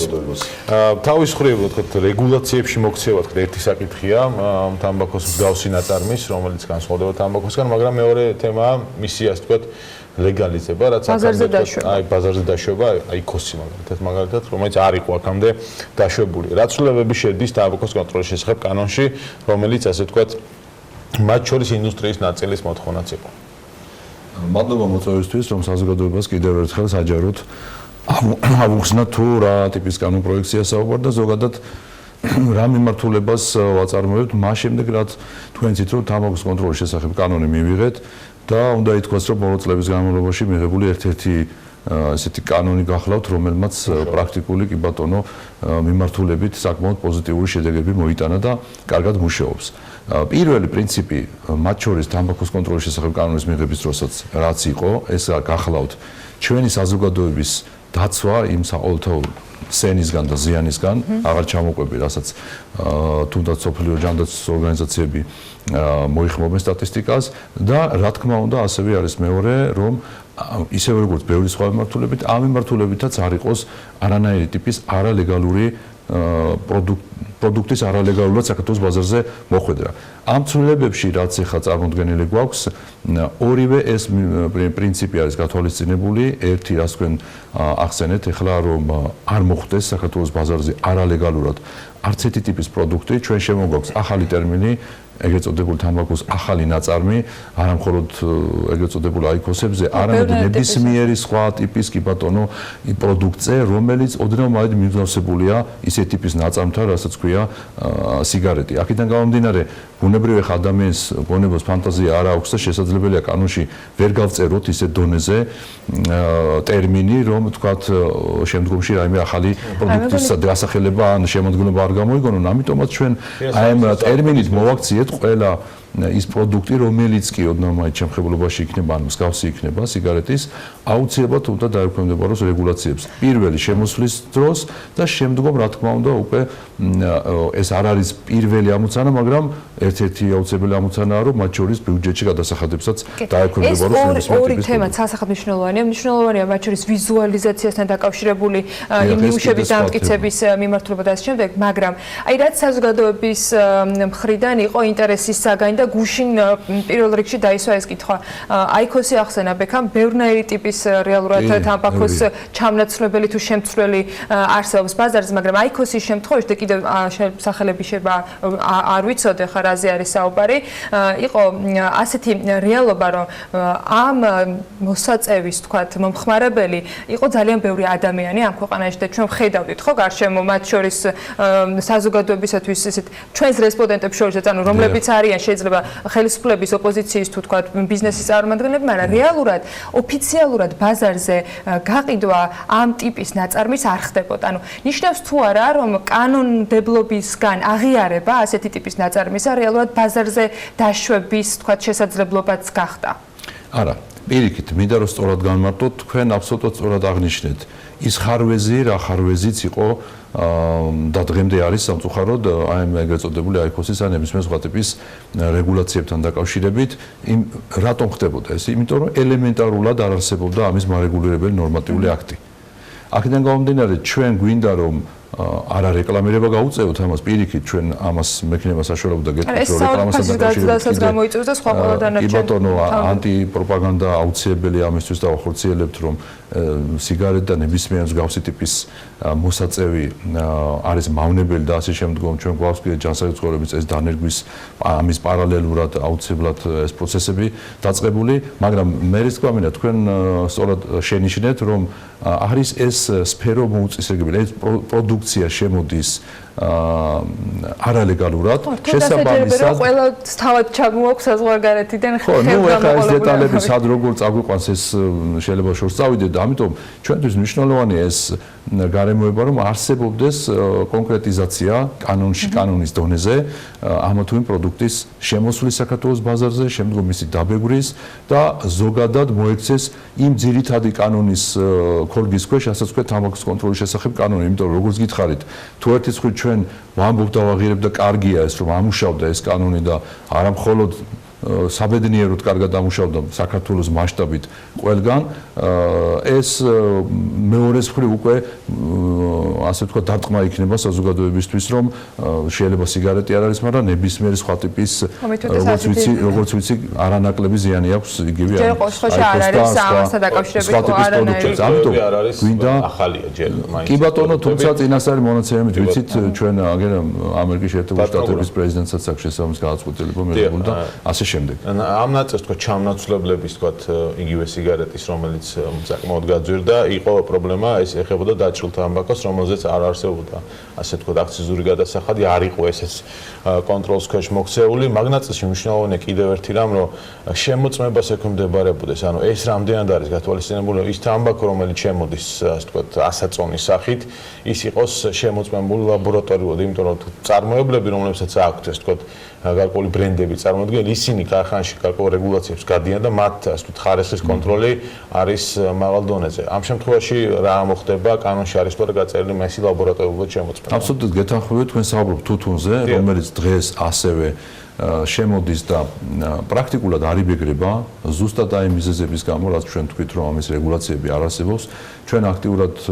მუშაობთ საქართველოს მთავრობასთან, შესაბამის უწყებებთან, მათ შორის ფინანსების სამინისტროსთან, შემოსავლების სამსახურთან, ასევე თქვენ იცით რომ მუშაობაც არის ჯანდაცვის კომიტეტი, წამყვანი კომიტეტი, მასაც ვემუშავებთ საკმაოდ აქტიურად და აი ამ მიმართულებით, რასაც ქვია თუთუნის შემოსვლა, ბუნებრივია იქნება რეგულაციები და ისიც დაექვემდებარება როგორც თქვენ აღნიშნეთ საბაჟოზე კონტროლს, დაბეგვის კუთხითაც და შემდგომ იმ კუთხითაც, რაც თქვენ აღნიშნეთ რომ ეს იყოს თუ შეიძლება ზოგადად ითქვას ესე გადაწერა ხარისხიანი რომ შევიდეს შემდეგ საქართველოს ბაზარზე. ის ისედაც დამაზიანებელი, მაგრამ ჩვენ არ ვიცით ამ დღეს რეალურად არ ვიცით ამ თუთუნის სახით რას იღებს ასე ვთქვათ მომხმარებელი. ნაკლებ დამაზიანებელი რო იყოს ასე ვთქვათ. ან იგივე დაზიანების ეფექტი რო ქონდეს რაც ვთქვათ ამ აი ზუსტად აი ნაბიჯ მივდივარ წინ აი მაგ ბიზნესკენ ერთი ის რომ რეგულაციაში მოექცევა, იმიტომ რომ დღეს როგორც ხედავთ და გითხარით პრაქტიკულად ვერ იბეგრება. ნუ გარდა იმისა ეს პირველი მიზანი ვიმეორებ არ არის რომ საქართველოს ბიუჯეტი კარგავს ბევრ თანხებს და საკმაოდ რამდენიმე მილიონზეა საუბარი თვეში. კი ბატონო, უბრალოდ ჩვენ არ გვინდა რომ ეს ბიზნესი ვაქციოთ რაღაც წამახალისებლად და ამიტომ ვამბობ რომ ეს არ არის პრიორიტეტი რომ ეს ბიზნესი წამახალისო და ამით ბიუჯეტი შემოვიდეს.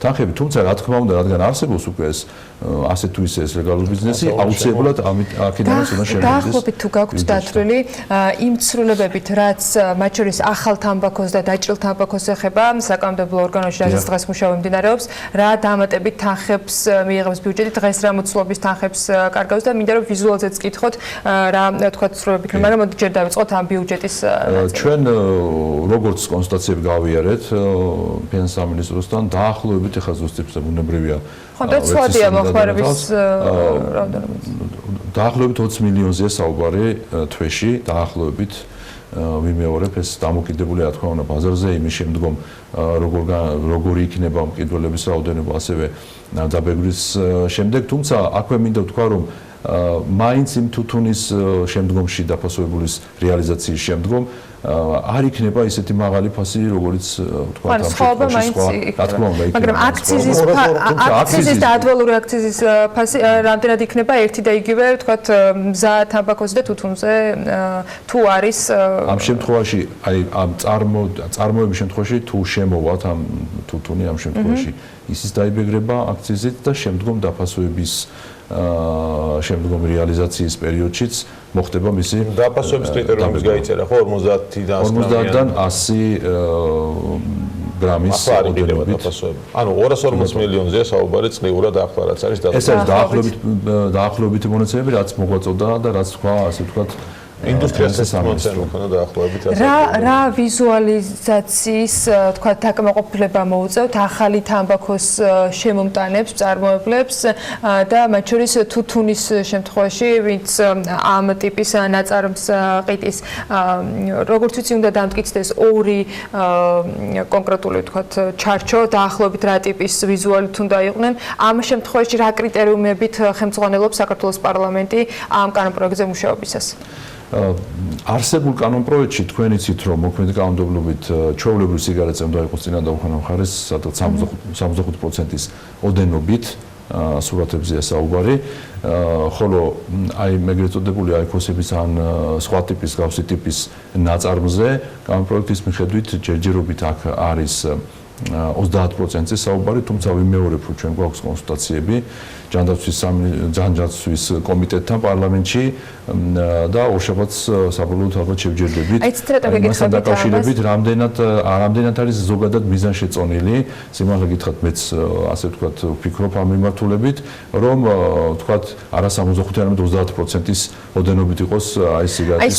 სწორედ ამიტომ გეკითხავთ, აი მაგალითად, როდესაც გახურებით თამბაქოზე, ანუ სითხეებზე და მას ჩამონაცვლებზე საუბრობთ, მათ შორის ერთ-ერთი ბიზნესის წარმომადგენელი ჩვენთან საუბრისას აღნიშნავდა, რომ მასალა, რომელიც მათ საქართველოს შემოაქვთ, იმიტომ რომ წარმოებელი ჩვენი ქვეყანა არ არის, ყუთებში შეფუთული არ არის, ან ზოგ შემთხვევაში, როდესაც პატარა, ვთქვათ, ქილებით იყიდება ეს სითხეები, უბრალოდ ვიზუალურად შეუძლებელია, რომ ხელით შემდეგ რაიმე ფორმით ეს შეფუთვა შეცვალონ, იმიტომ რომ მხოლოდ ქილები არის. აი ამ თემაზე თუ იყო კომუნიკაცია, თუნდაც მცირე ბიზნესის წარმომადგენლებთან, რომლებიც, ვთქვათ, სხვადასხვა მაღაზიებს წარმოადგენენ, ან უბრალოდ შემომტანები არიან. რა გამოსავალი შეიძლება არსებობდეს? იცით როგორ არის, ჩვენ გვაქვს კონსულტაცია აბსოლუტურად ყველასთან, ბიზნეს წარმომადგენლებთან, ასოციაციებთან, ჯანდაცვის მსოფლიო ორგანიზაციებთან, თქმა უნდა საქართველოს მთავრობასთან და ამას ვამბობ სწორედ, რომ ორშაბათისთვის უკვე კომიტეტზე დაახლოებითი შეჯერებული პოზიციები გვექნება ის, რომ მაგალითად ჩვენ იცით, რომ ევროდირექტივებში არსებობს ჩვენ ხელმძღვანელობთ ამ ევროდირექტივებითაც, სადაც 2022 წლამდე არის დასარეგულირებელი ეს საკითხი. აქედან გამომდინარე, ჩვენ შეიძლება ვთქვათ, რომ გარკვეულ წილად ევროპის ქვეყნებს ამ კუთხით რომ მივიღებთ ამ რეგულაციებს ცოტათი წინ გავუსწრებთ, ან წინ გადაგუნდამიჯი იქნება იმ მიმართულებითაც, რომ მთლიანად გვინდა მოვიცოთ მთელი ეს სფერო, თუ კი რამე შეიძლება არსებობდეს ამ თამბაქოს ნაწარმის მოხმარებასთან დაკავშირებით და ამიტომ ის საკითხი 30%-ის თქვათ რეკლამირება წინა და უკანა გვერდებზე რამდენად დარჩება ძალაში, ან ეს ოდენობა გაიზრდება თუ შემცირდება, ან რა ვადა იქნება, იმიტომ შეიძლება რაღაცა ვადით ეს დავტოვოთ, რომ მივცეთ საშუალება თქვათ, ასე ვთქვათ, იმ ბიზნესს, რომ რაღაცნაირად შეეგუონ იმას, ვთქვათ, პირობითად ერთი წლის თავზე იგივე ვთქვათ, რეგულაციები ექნება ამ ტიპის ნაწარმს, როგორც ჩვეულებრივ სიგარეტს, იმიტომ რომ ნუ პირადად მიმაჩნია, ხა სიგარეტი არის მავნებელი და თუ ვთქვათ, ელექტრონული ან ნებისმიერ სხვა ტიპის სიგარეტი იქნება, ეს ნაკლებად მავნებელია და ამიტომ ნაკლებად იყოს ამაზე პოპულარიზაცია,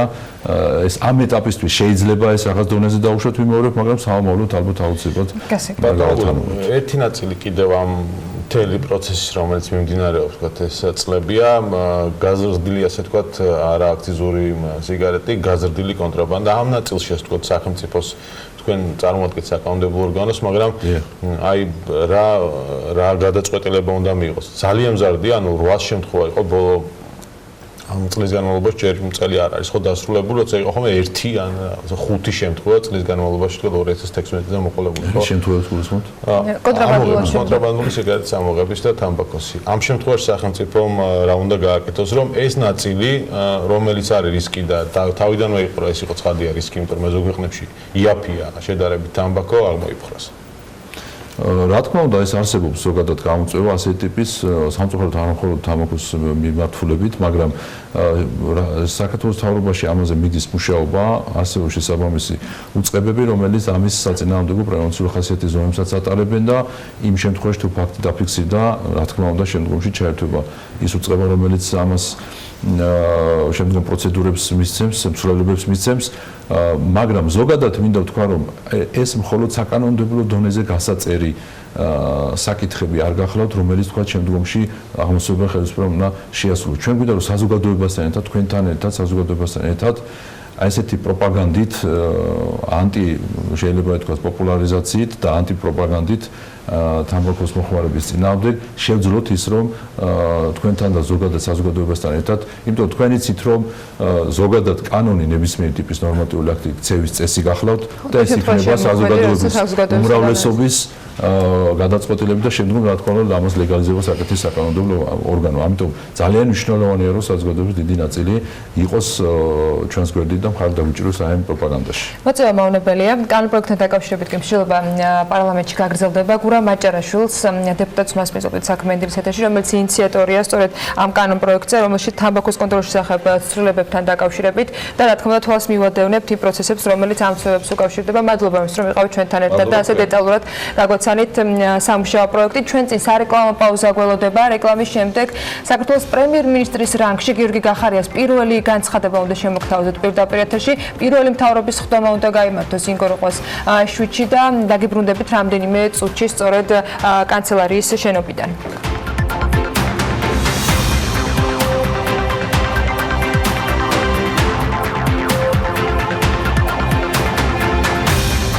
საქმიანი დაუბრუნდით პირდაპირ ეთერში და სახელმწიფო კანცელარიიდან ჩართვა უნდა შემოგთავაზოთ. პრემიერ-მინისტრის რანგში გიორგი გახარია პირველ მთავრობის ხდომას მართავს.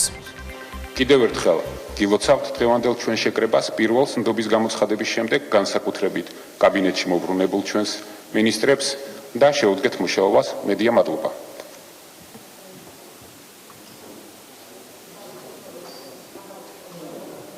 პრემიერ-მინისტრობის რანგში პირველი მთავრობის სხდომა არის. სავარაუდოდ გვექნება შესაძლებლობა, რომ ცოტა მოგვიანებით ასევე კომენტარები მოვისმინოთ მინისტრთა კაბინეტის წევრებისაგან.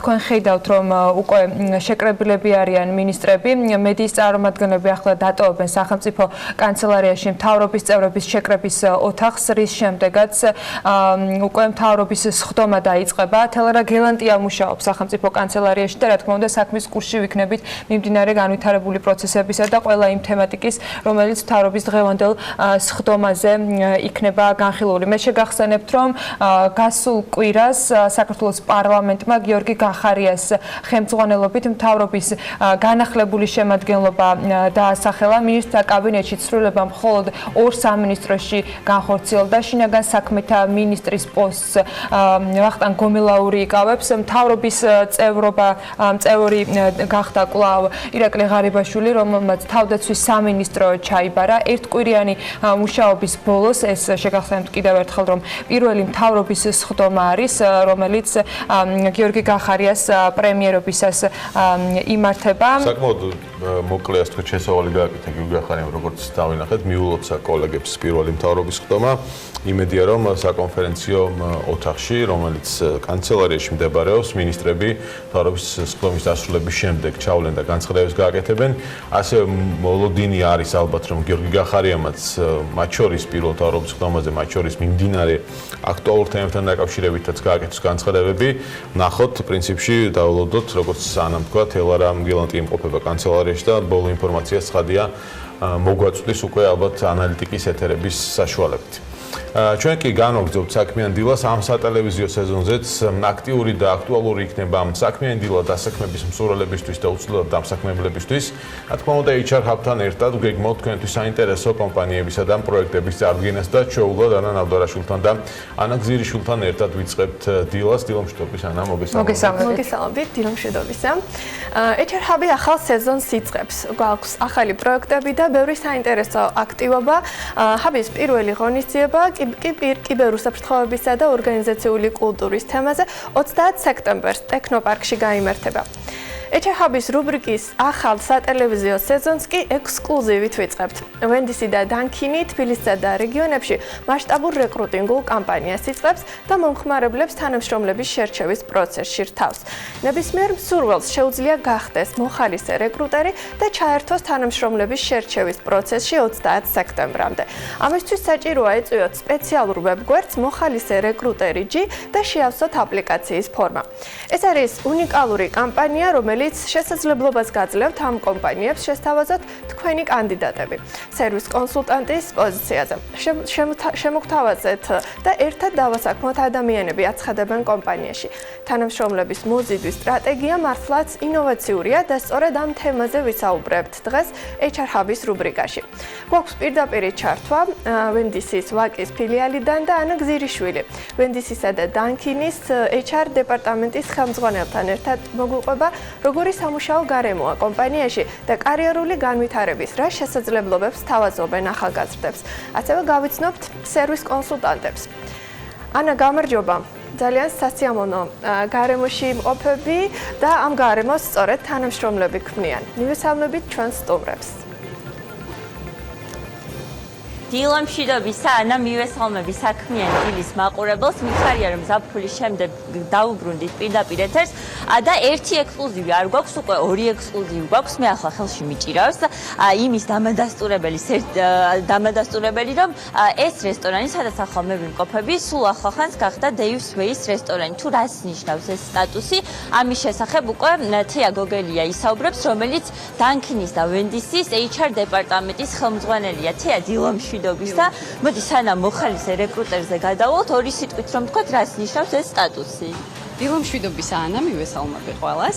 Dave's Way-ის რესტორანის სტატუსი ნიშნავს, რომ ეს რესტორანი არის უფლებამოსილი, რომ დაატრენინგოს მომავალი თანამშრომლები, გადასცეს მათ ის ცოდნები, რომელიც არის ვენდიში უკვე დაგროვილი აგერ უკვე 65 წელია და საქართველოში უკვე 2013 წლიდან ფუნქციონირებს ვენდის რესტორნები. შესაბამისად, ეს რესტორანი მიიღებს ყველა იმ მომავალ თანამშრომელს, რომელიც მოემზადება იმისთვის, რომ გახდეს ვენდის ოჯახის წევრი. თანამშრომლები ახსენდა, მოდი გადავიდეთ იმ კამპანიაზე, მოხალისე რეკრუტერზე. ეს არის უნიკალური კამპანია, რომელიც ნებისმიერ ადამიანს შესაძლებლობას აძლევს, რომ ჩაერთოს, გაუწიოს რეკომენდაცია მის ახლობლებს, მეგობრებს, ნათესავებს და დაასაქმოს ვენდისა და დანკიში სერვისის კონსულტანტის პოზიციაზე. თეა, პირველ რიგში მინდა გითხოთ, რატომ გადაწყვიტეთ, რომ ასეთი ორიგინალური ხერხით მოგეზიდათ, ასეთი ორიგინალური გზით მოგეზიდათ თანამშრომლები? გადავწყვიტეთ, იმიტომ რომ გავხადოთ უფრო საინტერესო შერჩევის პროცესი და მარტო, ესე ვთქვათ, რეკრუტერების და შერჩევის სპეციალისტების თვის არ იყოს შერჩევის პროცესი და ყველას ქონდეს საშუალება, რომ მათ დაასაქმონ, რეკომენდაცია გაუწიონ თავიანთ ახლობლებს, მეგობრებს, იმ ადამიანებს, ვისაც სჭირდებათ ნამდვილად დასაქმება.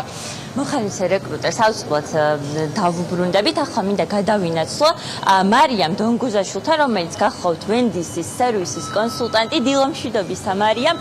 მოდი მაყურებელს ვუთხრეთ, თქვათ დაიწყეს სერვისის კონსულტანტად მუშაობა და რისი გაკეთება მოუწევთ, ანუ რა გევალებათ რის განმავლობაში? პირველ რიგში მოგესალმებით. პირველი რაც სერვისის თანამშრომელს უწევს დღის განმავლობაში რომ გააკეთოს არის მომხმარებლების მიღება, უშუალოდ შეკვეთის მიღება და თუნდაც დაკვალიანება თუ რას სურს მომხმარებელს. მეორე კი შესაძლოა სერვისის თანამშრომელმა თვითონ შეკვეთა უშუალოდ აწყოს. ეს არის ძირითადი მოვალეობა სერვისის თანამშრომლის. თუმცა არსებობს შემთხვევები, როდესაც შესაძლებელია გუნდურობიდან გამომდინარე მივეხმაროთ სხვადასხვა საქმიანობებში ერთმანეთს. ეს ასევე ძალიან მნიშვნელოვანი იმისთვის, რომ საბოლოო შედეგი დაიდოს. გამოცდილებაზეც რომ ვისაუბროთ, გარდა იმისა, რომ ყოველდღიურად გიწევთ უამრავ ადამიანთან კომუნიკაცია, რაც ვფიქრობ, რომ ძალიან დიდ გამოცდილებას ხდეს, აი სხვა რა შეიძინებთ თქვა ამ პოზიციაზე მუშაობის დროს? პირველ რიგში ზოგადად ვენდიში მუშაობა გაჩვევს გუნდურობას, ზოგადად რას ნიშნავს იყო რომელიღაც დიდი გუნდის ნაწილი. ეს არის ყველაზე მნიშვნელოვანი ჩემთვის და ასევე თითოეული თანამშრომლისთვისაც, რას ნიშნავს სტრესულ გარემოში იმუშაო გუნდთან ერთად, მომხმარებელი დააკმაყოფილო ყოველი მისი სურვილის შესაბამისად. ამიტომაც ეს არის ერთ-ერთი ყველაზე დიდი გამოცდილების შემძენი პოზიცია, რადგანაც უშუალოდ როგორც მომხმარებლებთან გვიწევს კონტაქტი, ისე გუნდთან გვიწევს მუშაობა. დიდი მადლობა მარიამ. ახლა გადავინაცვლოთ ისევ თეასთან. თეა, მოდი დეტალებში რომ ჩავიდეთ, ანუ ვის შეუძლია რომ მიიღოს მონაწილეობა მოხალისე რეკრუტერის კამპანიაში და როგორ შეიძლება რომ ჩაერთონ? როდესაც ამ იდეაზე ვფიქრობდით HR Hub-თან ერთად, ჩვენ მივიღეთ გადაწყვეტილება, რომ იყოს გახსნილი ყველასთვის ნებისმიერ მსურველს შეუძლია მიიღოს მონაწილეობა მოხალისე რეკრუტერში, ზუსტად ამიტომაც ქვია მას მოხალისე რეკრუტერი. უნდა დარეგისტრირდეს მოხალისე რეკრუტერი რეკრუტერიჯიზე და ყველა ინსტრუქციას ნახავს იქვე როგორ მიიღებს მონაწილეობას. რაც შეეხება უკვე იმ ნაწილს, რა ასე ვთქვათ, სარგებელი პირველ რიგში რა კრიტერიუმებს უნდა აკმაყოფებდეს ის ადამიანი, ვისაც გავუწევთ რეკომენდაციას? მას უნდა ქონდეს სურვილი, რომ იმუშაოს, განვითარდეს, ისწავლოს ახალი, გახდეს დიდი ოჯახის წევრი, დიდი გუნდის წევრი და შეიძინოს ახალი სამუშაო უნარები. სამუშაო გამოცდილება არ არის საჭირო, ხო? არა, სამუშაო გამოცდილება არ არის საჭირო. და როგორც ვიცი, ნახევარ განაკვეთსაც გაქვთ ვაკანსიები და ასევე სრულ განაკვეთს, ანუ სტუდენტებს თავისუფლად შეუძლიათ რომ შეუთავსონ. ჩვენთან მუშაობა შეუძლია ნებისმიერი ასაკისთან ადამიანს, თუმცა დასაქმებულების უმრავლესობა არიან სტუდენტები, იქიდან გამომდინარე, რომ გრაფიკებში მათ ძალიან კარგად ეწყობათ ხელი და შეუძლიათ როგორც ნახევარ განაკვეთზე, ასე გარკვეული საათებით იმუშაონ ჩვენთან. პრიზებზეც რომ ვისაუბრეთ და გამარჯვებულებზე, ანუ რა კრიტერიუმებით გამოვლინდებიან ეს ადამიანები და რით დაჯილდოვდებიან, ასე რომ ვთქვათ. კი ბატონო, ვისაუბროთ სიამოვნებით, ამაზე ვისაუბრებ, იმიტომ რომ საინტერესო ნაწილი არის ესეც. გვაქვს 3 ადგილი, პირველი, მეორე, მესამე ადგილი და ასევე ერთი განსაკუთრებული, ესე ვთქვათ, ადგილი საპატიო მოხალისე რეკრუტერი და კრიტერიუმები ასეთია. პირველ ადგილზე გავა 10 და პლუსი ადამიანის დამსაქმებელი, ესე ვთქვათ, და მიიღებს 100 ლარიან ვაუჩერს ჩვენი რესტორნების. მეორე ადგილზე გავა 7 კაცამდე, ვინც დაასაქმებს, ხოლო მესამე ადგილზე გავა ის ადამიანი, ვინც დაასაქმებს 5 ადამიანამდე. ანუ მაგალითად, თუ მე დავასაქმე ერთი ადამიანი, მაინც სტატუსი მექნება, ხო? თუ თქვენ დაასაქმეთ ერთი ადამიანი, თქვენ მიიღებთ მოხალისე რეკრუტერის საპატიო სტატუსს და სერტიფიკატს და რა თქმა უნდა, ჩვენს ბრენდირებულ აქსესუარებს. დაჯილდოების ღონისძიებაც გექნება თაობა. აუცილებლად გვექნება ეს ისეთი მოვლენა არის, როდესაც ყველა უნდა იყოს ჩართული, ყველა მოქმედი, ესე ვთქვათ, პირი, რომელმაც შეიტანა წვლილი იმაში, რომ ადამიანები ერთით მეტი დასაქმებული იყოს საქართველოში. რას პირდებით იმ ადამიანებს, ვინც თქვენს გუნდში მოხვდება? ჩვენ ვპირდებით მეგობრულ გარემოს, საინტერესო გამოცდილებას, დაწინაურების ძალიან დიდ შესაძლებლობას. ყველა ჩვენი რესტორნის მენეჯერი არის ყოფილი სერვისის თანამშრომელი და ბევრ საინტერესო გამოწვევებს, ძალიან საინტერესო პროექტებში მონაწილეობას და იმას, რომ ერთ-ერთ ყველაზე საინტერესო სამუშაო გამოცდილებას მიიღებენ. კიდევ ერთხელ ხაზი რომ გაუსვათ იმ ადამიანებს, ვინც დაიწყებს სერვისის კონსულტანტის პოზიციაზე მუშაობას, ძალიან დიდი შესაძლებლობა აქვს, რომ მერე დაწინაურდეს და მაგალითად მე ვიცი რომ ახლა გქონდათ შემთხვევა, როდესაც სერვისის კონსულტანტის პოზიციაზე მომუშავე ადამიანმა წლების განმავლობაში მიაღწია იმას, რომ ახლა სწორედ საოპერაციო დირექტორის თანამდებობას იკავა. კი ბატონო, გვაქვს თითქმის ესეთი შემთხვევები გვაქვს, რითიც ძალიან ვამაყობთ. ჩვენი საოპერაციო დირექტორი მიმდინარე გახლავთ ყოფილი სერვისის თანამშრომელი, რომელმაც დაიწყო ამ გუნდთან ერთად განვითარება და პირველი გუნდის წევრი იყო, ესე ვთქვათ, ჩვენს რესტორნებში. რაც ვფიქრობ, რომ ძალიან მნიშვნელოვანია, მხოლოდ საჭიროა მონდომება და სურვილი და თქვენ ყველაფერს მიაღწევთ. ახლა მინდა გადავინაცვლო დანქინის სერვისის კონსულტანტთან ქეთი მაჩაიძესთან, ქეთი დილამშვიდობისა. მე ვიცი, რომ შენ სწავლობ და პირველ რიგში გკითხავ, როგორ უთავსებ სწავლას და მუშაობას ერთმანეთს. ვარ მესამე კურსის სტუდენტი. იმის და მიუხედავად, რომ სრულ განაკვეთზე ვარ და სამეცნიერო ძალიან ბევრი მაქვს, მაქსიმალურად ვცდილობს მენეჯმენტური გუნდი რა შემეწყოს ხელი. არ ყოფილა რაღაც ისეთი თხოვნა, რომ ვერ გაითვალისწინებინათ, რაღაც უნივერსიტეტში ვერ წავსულიყავი, ამიტომ ამ ხრივ პრობლემა არ მქონია არასოდეს. სამუშაო გრაფიკის შესახებ რომ გითხრა, როგორ კვირაში რამდენი დღე მუშაობ? სრული განაკვეთის შემთხვევაში, 1 წელი სრულ განაკვეთზე ვმუშაობ, 20 საათი მუშაობ, ბოდიშით ნახევარ განაკვეთზე ვმუშაობ, 20 საათი, სრულ განაკვეთზე ვმუშაობ 40 საათი კვირის განმავლობაში. დღეში მიწევს 9 საათი რომ გავატარო ობიექტზე, აქედან 1 საათი არის ჩემი შესვენები, 8 საათი არის სამუშაო გრაფიკის. ძირითადად რა გევალება ყოველდღიურად? მოდივარ პირველ რიგში მოგვყავს სრულ წესრიგში ობიექტი, როდესაც ვარ დილის სმენაში. ყავის მომზადება სენდვიჩ-სტეიშენის კარგო, ასე რომ ვთქვათ. ყველაფერი რაც არის საჭირო იმისთვის, რომ ობიექტმა იფუნქციონიროს სრულად გამართულად. რამდენად რთულია ეს სამუშაო და სტრესული მაგალითად ჩემთვის? ვერ ვიტყოდი რომ სტრესულია, იმიტომ რომ ძალიან ისეთი გარემოა მეგობრული რაღაცნაირი თავიდან რომ მოვედი ძალიან შეშინებული ვიყავი და ისეთი გარემო დამხდა რომ ყველაფერი ძალიან მარტივად გადავახე ასე რა ვთქვა ამიტომ პირიქით ძალიან მეგობრული ენერგიული რაღაც სულ ტემპში ხარ ეს ურჩევდი იმ ადამიანებს რომლებიც აი სტუდენტებს უფრო ვინც არ მუშაობს რატომ უნდა დაიწყონ მუშაობა სერვის კონსტანტის პოზიციაზე ვენდისა და დანქინში თუ უნდათ გამოცდილების შეძენა იმიტომ რომ ძალიან დიდი გამოცდილებაა მართლა არა მარტო სამუშაო მხრივ ძალიან კარგ საშუალებას აძლევს დანქინი ამისთვის. პლუს ძალიან მეგობრული გარემოა, როგორც ვთქვი, ძალიან ისეთია სულ ტემპში ხარ და ეს ძალიან კარგია. და ხო, ხალისიანი მეგობრული გარემოა და ნამდვილად არინანებენ ჩვენთან ერთად მუშაობას. ძალიან კარგი, როგორც უკვე მოისმინეთ, მოხალისე რეკრუტერი ეს არის ვენდის და დანქინის დასაქმების კამპანია, რომელშიც ნებისმიერ ადამიანს შეუძლია ჩაერთოს. ამისთვის უბრალოდ საჭიროა შეხვიდეთ მოხალისე რეკრუტერი ჯიზე, დარეგისტრირდეთ, გაუწიოთ რეკომენდაცია თქვენს ახლობლებს, მეგობრებს და ნათესავებს. არჩევანი თქვენზეა, გაუწიეთ რეკომენდაცია და გააკეთეთ კეთილი საქმე და დაასაქმეთ ადამიანები. მადლობა ანა, მართლაც სასარგებლო კამპანიაა, რომელიც დასაქმების ახალ შესაძლებლობებს ქმნის მათთვის, ვინც ეძებს სამსახურს და მზად არის დაიწყოს კარიერა. წარმატებებს ვუსურვებ ყველას, ვინც აღნიშნულ კამპანიაში ჩაერთვება. ეჩაჰაბის დღევანდელი რუბრიკა კი ამით დასრულებულია. ახალ სეზონზე ადამიანური რესურსების მართვის თემაზე ბევრ საინტერესო ამბავს მოგიყვებით. და უცბად საქმიანი დილის ეთერში მადლობა ორანას ძალიან საინტერესო სიახლეების გაზიარებისათვის. ჩვენ კი თათია ჩაფიჩაძესთან ერთად უნდა გავაგრძელოთ ეთერი. თბილისის მერია და დედაქალაქის მასშტაბით არსებულ ქუჩებზე სარეაბილიტაციო სამუშაოებს ახორციელებს, შეამჩნევდით ალბათ. სამუშაოების გამო უკვე რამდენიმე თვეა მოძრაობა მნიშვნელოვნად შეზღუდული არის ქალაქის მთავარ გამზირებზე, რის გამოც საზოგადოებრივ ტრანსპორტს მარშრუტი და მოძრაობა უწევს განსხვავებული მიმართულებით. რა ეტაპზეა სამუშაოები? ამ თემით უნდა გავაგრძელოთ საქმიანი დილა. თათია გვერდება პირდაპირ ეთერში თათია დილა მშვიდობისა. დილა მშვიდობისა, დიახ ჭავჭავაძე, კანდელაკი, ბეკუა ხიზანიშვილი, ეგრეთ წოდებული სამხედრო დასახლება კახეთის გზატკეცილი. ეს იმ ქუჩების არასრული ჩამონათვალია, რომლის შესახებ რეაბილიტაციის გადაწყვეტილება თბილისის მერმა ჯერ კიდევ იანვარში გააჟღერა. გარდა ამისა, მიმდინარე წელს უნდა დასრულდეს სარაჯიშვილის გამზირზე არსებული ხიდის რეაბილიტაცია და უნივერსიტეტის ქუჩისა და წყნეთის გზატკეცილის დამაკავშირებელი ხიდის მშენებლობაც.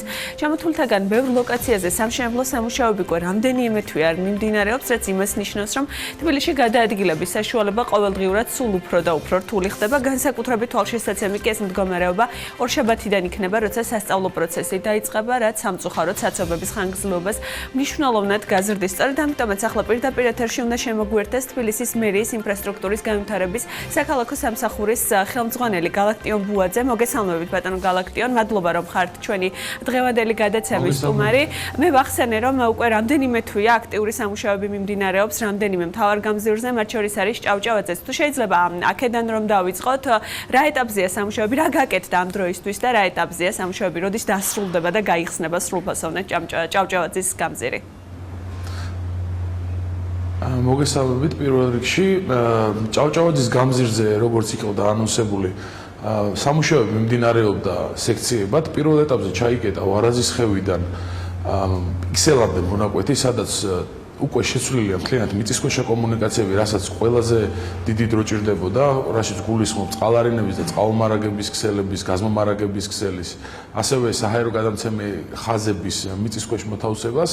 ამ სამუშაოების დასრულების მერე დაახლოებით 2 კვირის წინ უკვე დაიწყო უშუალოდ საგზაო სამოსის მოსამზადებელი სამუშაოები და დღეს უკვე ღამე პიქსელიდან ვარაზის ხევის მონაკვეთზე იწყება ასფალტის პირველი ფენის სამუშაოები, ასფალტის დაგების სამუშაოები და შესაბამისად უკვე ორშაბათისთვის ეს მონაკვეთი იქნება განვლადი სრულად. პარალელურად, რა თქმა უნდა, გრძელდება სამუშაოები შემდეგ მონაკვეთზე. ეს არის უკვე პიქსელიდან დაახლოებით თურქეთის საელჩომდე მონაკვეთი, სადაც ამ დროისთვის მიმდინარეობს იგივე სამუშაოები, რაც დასრულდა პირველ მონაკვეთზე, ანუ მიწისქვეშა კომუნიკაციების სრული რეაბილიტაცია და შეცვლა ხდება და შესაბამისად ამ სამუშაოების დასრულების მერე უკვე ეს მონაკვეთიც დაიგება. რამდენად ჯდება თქვენ თქვით, რომ დაგეგმილის მიხედვით ხორციელდება, ანუ ასე იყო დაგეგმილი, რომ თქვა სასწავლო პროცესისთვის ეს ყველაფერი ასეთ ტემპში უნდა ყოფილიყო. კონტრაქტორი კომპანიები რამდენად ჯდებიან მოდებში და რამდენად ასრულებენ იმ ვალდებულებებს, რაც თავდაპირველად იყო გათვალისწინებული?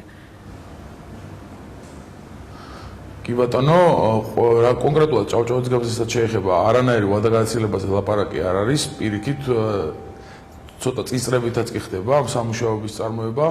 უბრალოდ გამომდინარე იქიდან, რომ მსგავსი მასშტაბის მიწისქვეშა კომუნიკაციების რეაბილიტაცია არც თუ ისე ხშირია ქალაქის მასშტაბით, ანუ ჭავჭავაძის გამზირის შემთხვევაში შეგვიძლია ვთქვათ, რომ პრაქტიკულად მისი აშენების შემდეგ ესეთ სამუშაოები არ ჩატარებულა, აქ ლაპარაკი არის ათეულობით წელზე.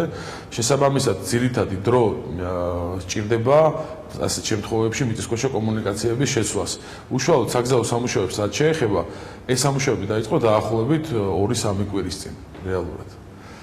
და შესაბამისად, დღეს უკვე პირველი მონაკვეთი, ის მონაკვეთი, სადაც ძირითადად სასწავლო დაწესებულებები არის განთავსებული ჭავჭავაძის გამზირზე, ასფალტობეტონის საფარის ქვეშ იქნება უკვე ორშაბათისთვის და დღეს ღამე იწყება ასფალტის მოასფალტების სამუშაოები. ეს ახალი სასწავლო წლის დაწყებისთვის ნახევარი მონაკვეთი მოესწრება და გაიხსნება. რაც შეეხება სხვა ქუჩებს, მაგალითად, ერთ-ერთი მთავარი სარეაბილიტაციო სამუშაოები არის ასევე ვეკუახიზანიშვილის, ფაქტობრივად სრულად მთელი გლდანი გადათხრილია, შეიძლება ითქვას და საკმაოდ შეფერხებულია მოძრაობა. აქ რა მდგომარეობა, როდისთვის მოხდება შიდა სამუშაოების დასრულება და უშუალოდ ასფალტის დაგება რა პერიოდში დაიწყება. უფრო კონკრეტულად რომ მკითხოთ, როდისთვის რამდენი საათი დაგჭირდება, თქვათ, გლდანიდან ცენტრალურ უბნებამდე გამოსვლაში ორშაბათიდან, საინტერესო იქნება ალბათ. ამ დროსთან დაკავშირებით მე ზუსტ ვარაუდს ვერ გეტყვით. რა თქმა უნდა, გადაადგილება გართულებული იქნება გამომდინარე სამუშაოებიდან, თუმცა აქაც უკვე დასასრულს უახლოვდება მიწისქვეშა კომუნიკაციების რეაბილიტაციის სამუშაოები და აქტიურ ფაზაში გადადის საგზაო სამოსის შესulis სამუშაოები. სავარაუდოდ წლის ბოლომდე მნიშვნელოვანი პროგრესი უნდა იყოს და დიდი მონაკვეთები უნდა გახდეს გამლადი, თუმცა რა თქმა უნდა, გაცილებით უკვე დიდი და მასშტაბური არის ვეკუახიზანიშვილის პროექტი ჭავჭავაძის პროექტთან შედარებით გამომდინარე იქიდან, რომ ეს რეალურად ორი ქუჩა არის და ასევე ძალიან საკმაოდ გრძელი.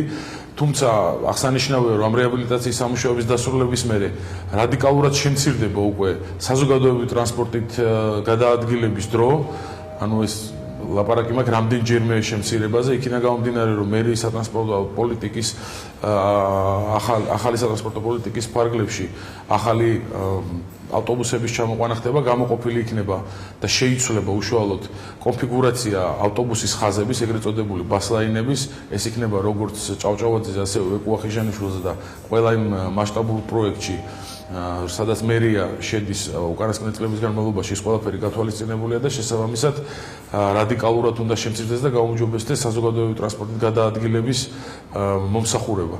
რაშიც გულისხმობ, რომ ერთ აწერტილიდან ბ პუნქტში მისასვლელად გაცილებით ნაკლები დრო დაჭირდება მოსახლეობას და აქედან გამომდინარე მგონია, რომ ეს ცოტა გართულებული პერიოდი უნდა მოვითმინოთ ყველამ, რომ სულ მალე რა პერიოდის განმავლობაში იქნება? ჯამში რამდენი ქუჩის რეაბილიტაცია მიმდინარეობს ამ წუთისთვის და რომელიც სრულდება უახლოეს მომავალში, სადაც სრულფასოვნად გაიხსნება გზა თავიდან ბოლომდე და სრულფასოვნად ეკნებათ ადამიანებს გადაადგილების საშუალება.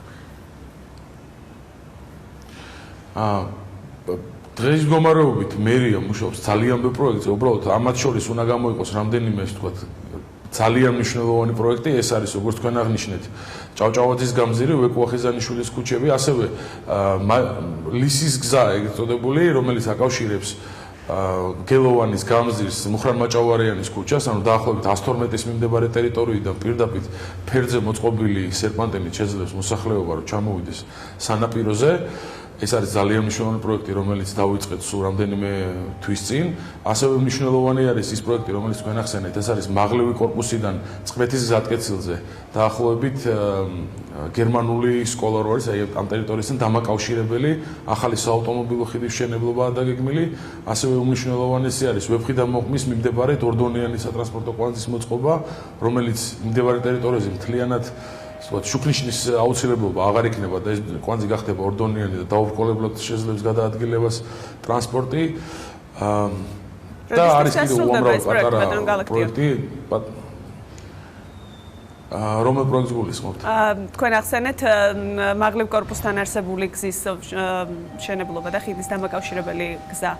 მაღალი კორპუსი ხიდის მშენებლობა ხიდის სამშენებლო პროექტი მივიღეთ სულ ცოტა ხნის წინ ვამუშავებთ ხარჯ-ხარჯს და წლის ბოლომდე იმედი გვაქვს რომ გვეყოლება უკვე კონტრაქტორი კომპანია რომელი ქუჩებზე სრულდება სარეაბილიტაციო სამუშაოები უახლოეს პერიოდში რომელი გაიხსნება აი გუშინ დასრულდა კანდელაკის ქუჩა, რომელიც ძალიან აწუხებდა მოსახლეობის დიდ ნაწილს, ანუ საგზაო ნაწილი უკვე გახსნილია სასწავლო წლის დაწყებისთვის, დარჩა სუმსირედი ტროტუარზე მიერთების სამუშაოები, შესაბამისად სრულად განვლადია როგორც კანდელაკის ქუჩა, ასევე ბუდაპეშტის ქუჩის ნაწილი, რომელიც პეტროლიდან ზევით უკვე ვეძის დასახლებისკენ მიდის, ესევე სრულდება როგორც ახსენეთ, ჭავჭავაძის გამზირის პირველი სექცია. და ძალიან ბევრი პროექტი განხორციელდა წლის განმავლობაში, თქვა სანაპიროს უზარმაზარი მონაკვეთების რეაბილიტაცია მოხდა. ეს ესევე სექციურად ახორციელებთ სამუშაოებს სანაპიროზეც. ეს იყო ბოლო ეტაპი იყო იუსტიციის სახლიდან მეტეხის ხიდამდე მთლიანად მოხდა მიწისქვეშ დაზიანებული მიწისქვეშა ინფრასტრუქტურის შესვლა, ასევე გამოიცვალა საფარი, ასევე დაზიანებული იყო ბარათაშვილის ხიდის და პანდუსის დამაკავშირებელი მონაკვეთი და იქაც სრულად მოხდა ასფალტობეტონის საფარის შესვლა და მოეწყო ზუსტად ისეთივე როგორიც არის ბარათაშვილის აღმართზე, რომელიც თქო ძალიან პოპულარობით სარგებლობს ახალი ტიპის თანამედროვე და ასევე მინდა გკითხოთ დაგეგმილია მშრალი ხიდის ზაგვუკენის მოედნის და დედაენის ბაღის რეაბილიტაცია ჯამური ბიუჯეტი თუ არ მეშლება თითქმის 10 მილიონია ამ პროექტებთან დაკავშირებით რა ხდება რა ეტაპზეა სამუშაოები კითხვა რომ გამეორე თუ გაცნობთ. მშრალი ხიდის ზაბრუკენის მოედნისა და დედაენის ბაღის რეაბილიტაციის საკითხები რა ეტაპზეა ამ პროექტების შესახებაც რომ გკითხეთ. ამ პროექტებს ახორციელებს თბილისის განვითარების ფონდი და სავარაუდოდ მადლობი ამ საკითხზე მიმართოთ, იმიტომ რომ არ ვარ ამ პროექტებში ჩართული.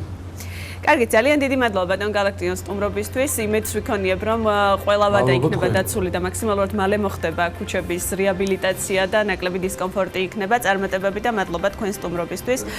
გალაქტიონ ბუაძე, თბილისის მერიის ინფრასტრუქტურის განვითარების საქალაქო სამსახურის უფროსი პასუხობდა საქმიანი დილის შეკითხვებს. მადლობა თათიას და მის სტუმარს საინტერესო ინფორმაციებისათვის, საჭირო და მნიშვნელოვანი ინფორმაციებისათვის. ჩვენ მოკლე სარეკლამო პაუზის შემდეგ თელარა გელანტიასთან ერთად დავბრუნდებით და მთავრობის სხდომის პირველ დეტალებს გაგიზიარებ საქმიანი დილის ეთერში, შემდეგ კი უკვე საქმიანი დილის ანალიტიკა გელოდება თელინე კვეთილაშვილთან ერთად.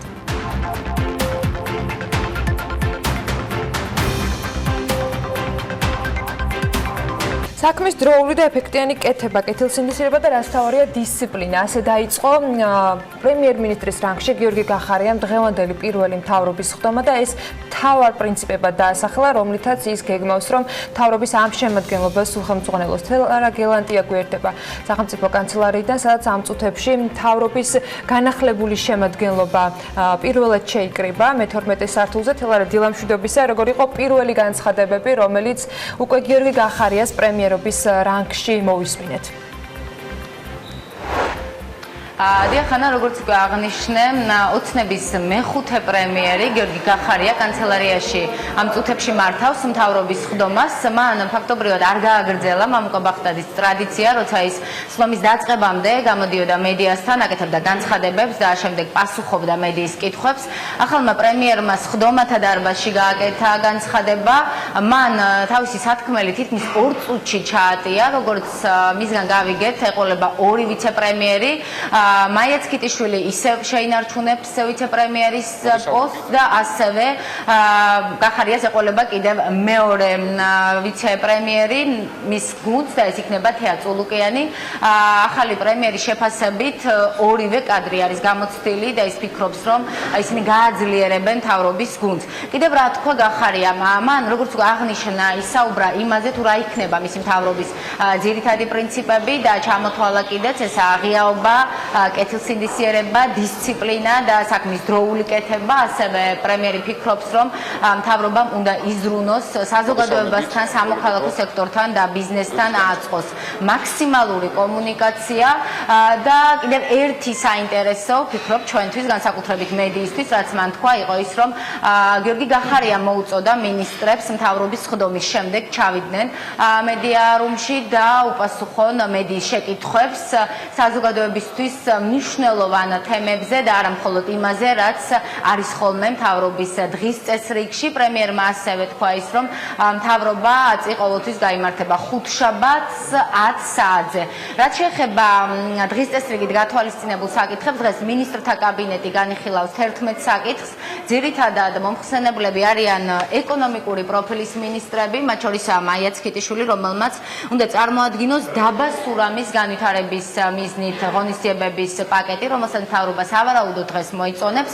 ასევე ნათია თურნავაა მომხსენებელი, მაგრამ ის ამერიკის შეერთებულ შტატებში იმყოფება ვიზიტით, ამიტომ საკითხს სავარაუდოდ წარმოადგენს მისი მოადგილე. თემა შეეხება ქართლის ქარის ელექტროსადგურის კაპიტალის 100%-იანი წილის დასხვისების გეგმის დამტკიცებას და კიდევ ერთი, რაც თვალში მოხვდა, არის ივანე მაჭავარიანის ფინანსთა მინისტრის საკითხი, რომელიც შეეხება ურბანული რკინიგზის პროექტისთვის დაფინანსების მომზადების საკითხს. იმედია მთავრობის ხდომის შემდეგ, როგორც პრემიერმა ასე თქვათ, დაავალა თავისი გუნდის წევრებს, მინისტრები ჩამოვლენ და ამ საკითხებზე, ასევე იმ თემებზე, რომელიც მედიას გვაინტერესებს, გაგვცემენ პასუხებს. ეანა მადლობა თელარას. დანარჩენთან დაკავშირებით უკვე კითხვებზე მიღებული პასუხებით ანალიტიკის ეთერში დაგიბრუნდება თელარა გელანტი, ანალიტიკას კი ჩოულად ელენე კვანჭილაშვილი შემოგთავაზებთ. დღეს სამი ძალიან საინტერესო გამოშვებით. იქამდე საქმიანი დილის ეთერში ველოდება და საინტერესო მიმოხილვა ელენე დილამშვიდობისა. ამჯერად რითი უხსნით საქმიანი დილის ანალიტიკას. გამარჯობა ანა ბექა, მიხარია რომ ერთად ვართ. ბევრი რამ მოხდა ამ ერთ კვირაში, პირდაპირ უცხოური ინვესტიციების რეკორდულად დაბალი მაჩვენებლით დაწყებული, მთავრობის დამტკიცებით გაგრძელებული, რომლის ხელმძღვანელიც გიორგი კახარია, მოვისმინეთ მისი პირველი, ესე ვთქვათ, პირველ სხდომაზე პირველი განცხადებები და მამუკა ხაზარაძის ახალი საზოგადოებრივი მოძრაობის პრეზენტაციით დასრულებული. შუაში კი იყო ეკონომიკური პოლიტიკის კვლევის ცენტრის უკვე ტრადიციული კონფერენცია და ინაშვილი კრამერის წინააღმდეგ კვირის ყველაზე გავრცელებული ხუმრობა არც თუ სახუმარო მოქმედებებსა და თემებზე. ამიტომ სიმართლე გითხრათ, ბევრი ვიფიქრე რა მომეყოლა თქვენთვის და რადგან ანალიტიკას პირველი გამოჩენა ამ სეზონზე გადავწყვიტე კონკრეტულ მაგალითზე მოგიყვეთ, როგორც ცდილობს ბიზნესი ამერიკის ბაზარზე გავიდეს და საკუთარი სავაჭრო ბაზის დივერსიფიცირებაც მოახდინოს. მიუხედავად ამ საარჩევნო ციებ-ცხელებისა, რომელიც უკვე გაჩაღებულია და იმ ფონზე, როცა ბიზნესი როგორც წესი ასე დროს თავს იკავებს ხოლმე ინვესტირებისგან. კომპანია ბოლეროზე მთელი კვირის განმავლობაში ვაწვდით მაყურებელს პრინციპში ინფორმაციას, რადგან ძალიან აქტიურები იყვნენ ამ პერიოდში. მთელი კვირის განმავლობაში ისინი სავაჭრო მისიას მასპინძლობდნენ ამერიკიდან დიდი გეგმებით და უფრო დიდი სურვილით, რომ ქართული საბრენდე სპირტი გავიდეს ამერიკის შეერთებული შტატების ბაზარზე და როგორც თავად გვეუბნებიან, ეს თუ მოხდება, ეს იქნება დღემდე პირველი ასეთი შემთხვევა. ჩემთვის პატივია აქ სავაჭრო მისიის ჩამოყვანა. ჩვენი მისიის მიზანია გავზარდოთ ცნობიერება ქართული ღვინის მიმართ ამერიკაში, მაგრამ ამაზე მეტად ახალი ბრენდი გავიტანოთ ამერიკის ბაზარზე ბოლეროსთან ერთად. საქართველოში მუშაობის 23 წლიანი გამოცდილება მაქვს. მიმაჩნია, რომ შეერთებულ შტატებში მეტი უნდა იცოდნენ ქართული ღვინის და ალკოჰოლური სასმელების შესახებ. ბოლეროს საუკეთესო პროდუქციის და ამ ახალი თანამშრომლობის პირობებში მიგვაჩნია, რომ ამერიკის ბაზარს შეგვიძლია გავაცნოთ მაღალი ხარისხის ახალი პროდუქტი. ბოლეროც იმიტომ ავარჩიეთ, რომ ეს არის ერთ-ერთი გამორჩეული კომპანია დღეს ქართული ღვინისა და ალკოჰოლური სასმელების ბაზარზე. დამეთანხმებით, რომ ნებისმიერი მცდელობა წარმატების მაგალითით შეიქმნას ამერიკის ბაზარზე, ავტომატურად იპყრობს ჩვენს ყურადღებას და ეს ბუნებრივიც არის. ასეთი ყინულმჭრელები ძალიან მნიშვნელოვანია იმისთვის, რომ ქვეყანამ დააგროვოს ამერიკასთან ვაჭრობის დადებითი გამოცდილება, რაც გაადვილებს უკვე ჩვენი სტრატეგიული პარტნიორების სტაბილურ სავაჭრო პარტნიორებად ჩამოყალიბებასაც და ამერიკასთან თავისუფალი ვაჭრობის შეთანხმების გაფორმებასაც პრინციპში უფრო რეალისტურ გეგმად აქცევს. დღევანდელ სურათს თუ შევხედავთ, დავინახავთ, რომ ამერიკა საქართველოს უმსხვილეს სავაჭრო პარტნიორ ქვეყნებს შორის ვერ ხვდება. ამას ბევრი მიზეზი აქვს, ხადია, მათ შორის ლოგისტიკური სირთულეებიც და ისიც, რომ ქართული პროდუქტების შესახებ ამერიკის დიდ და მრავალფეროვან ბაზარზე ცნობადობა არის ძალიან დაბალი. ამიტომ პირველი დიდი სამუშაო, რაც ბოლერომ უნდა გასწიოს იმისთვის, რომ ქართულმა პროდუქტმა ბაზარზე ადგილი მართლა დაიმკვიდროს, ეს სწორი მარკეტინგი და ბრენდირება. ჩიპ თეითი, ტექსასის შტატში გამოცდილი დისტილერია, რომელსაც ამერიკაში საკუთარი კომპანია აქვს და ის ბოლეროსთან ბრენდირების და მარკეტინგის მიმართულებით თანამშრომლობს. შეგვიძლია მოვისმინოთ, რა არის ამ თანამშრომლობის მიზანი და როგორი ტიპის საბრენდე სპირტის მიღება და შემდეგ ბაზარზე გატანა იგეგმება, რა ტიპის პროდუქტის შექმნა გამიზნული ამ ერთობლივი თანამშრომლობის ფარგლებში. First of all, we are interested in the reason. რა არის თქვენი მთავარი მიზანი ამ მისიის ფარგლებში? Place and what's going on. საქმიანი გადაკვეთის წერტილების პოვნა.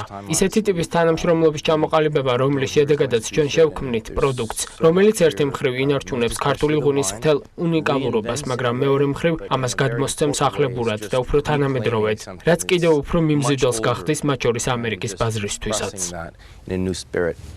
რას ხედავთ როგორც მთავარ გამოწვევას ამ გზაზე? თავარია საბოლოო პროდუქტით კმაყოფილი დარჩეს ყველა მხარე. ერთმანეთის მოსმენა და ერთმანეთისთვის აზრების გაზიარება იქნება უმნიშვნელოვანესი. მე ქართული ღვინის ჯერ კიდევ ბევრი სახეობა უნდა აღმოვაჩინო ამისთვის. როგორ შეიძლება თქვენი დღევანდელი, მოდი ასე დავარქვათ, აღმოჩენების პროცესი ითარგმნოს უკვე ბიზნესად?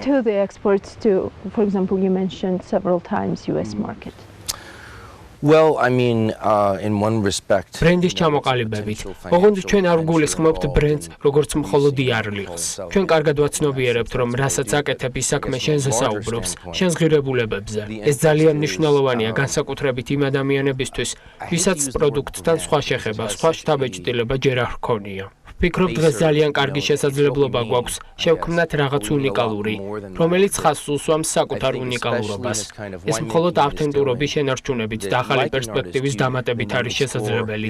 ეს არის ჩემი ხედვა და მიდგომა. რატომ ფიქრობთ, რომ თქვენი თანამშრომლობა ბოლეროსთან ამერიკის ბაზარზე გასვლით დასრულდება? დღეს ამერიკის ბაზარს თუ გადავხედავთ, აღმოვაჩენთ, რომ ამ ბაზარზე დიდი ხმაურია, მაგრამ მომხმარებელი სიგნალს ელოდება. თუ ბაზარზე გამოჩნდება ისეთი პროდუქტი, რომელსაც საინტერესო ისტორია ექნება და გამორჩეული ავთენტური გემო, ის აუცილებლად გაიყიდება. ისტორია ახსენეთ და მარკეტინგული თვალსაზრისით ეს ძალიან საინტერესოა. იპოვეთ ასეთი ისტორიები. დიახ, რა თქმა უნდა, სულ მცირე ქართული ღვინის ბოთლს ხელში რომ ვიჭერ, იქ უკვე იმდენი წარწერაა ჩემთვის სრულიად უცხო ენაზე. არც კი ვიცი რას ნიშნავს, ძალიან განსხვავებულია. და ეგზოტიკურიც. დიახ, ეგზოტიკურიც, მაგრამ ჯამში ისეთი ეგზოტიკური პროდუქტები გინდა, რომელსაც ხელმეორედ იყიდი. რასთან იდენტიფიცირებასაც შეძლებთ? რაზეც ადვილად იტყვი, რომ ეს არის საუკეთესო პროდუქცია და ისი ამოვნეთ ამით. ეს ხილია, რომელიც ჩვენ დავამუშავეთ და გამოვხადეთ. ეს კიდევ ერთი კარგი წიგნია თქვენს ბიბლიოთეკაში. დასურათებული და არა მხოლოდ სიტყვებით გაძეძგილი. ბიბლიოთეკაში ყოველთვის მოიძებნება ადგილი ერთი ასეთი წიგნისთვის. ბოლოს და ბოლოს საქართველოს ღვინის სამშობლოა, რატომ არ უნდა გაიგოს ამ შესახებ მეტმა ადამიანმა? ბოლოს როგორ ფიქრობთ, რა ამუშავებს ამ პროექტს თქვენთვის და ბოლეროსთვისაც, როგორც თქვენი მთავარი პარტნიორისთვის?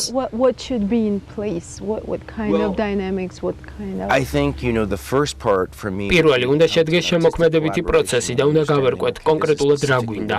შემდეგ უკვე მთელი გულით უნდა გვინდოდეს მუშაობა, რომ გავუადვილოთ ჩვენს პოტენციურ მომხმარებლებს პასუხი კითხვაზე, რატომ უნდა ვიყიდო მე ეს პროდუქტი და არა სხვა. ბრენდის სულით. დიახ, როცა მომხმარებელი გონებითაც გისმენს და გულითაც, ეს საკმაოდ რთულია, რადგან შენ უნდა გესმოდეს აუდიტორიის. ეს დიალოგია.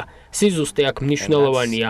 ჩვენ ამერიკაში ბევრი რამ არ ვიცით საქართველოს შესახებ. აი ამ დიალოგში გვინდა ჩვენ შესვლა ისეთი პროდუქტით, რომელიც გაოცებას იწვევს და საინტერესოა. ბევრი საკითხი გვექნება გადასაწყვეტი, ლოგისტიკა პირველ რიგში, მაგრამ შემოქმედებითი თვალსაზრისით ვფიქრობ, რომ მარცვალი ნამდვილად არსებობს და უნდა ვნახოთ, რამდენად შევძლებთ და გავზრდით. ასეთია მსგავსი სამუშაოს ბუნება. I wish you success. ცოტა გიჟური წამოწყება, ამდენად კარგი იდეა უნდა იყოს, არა?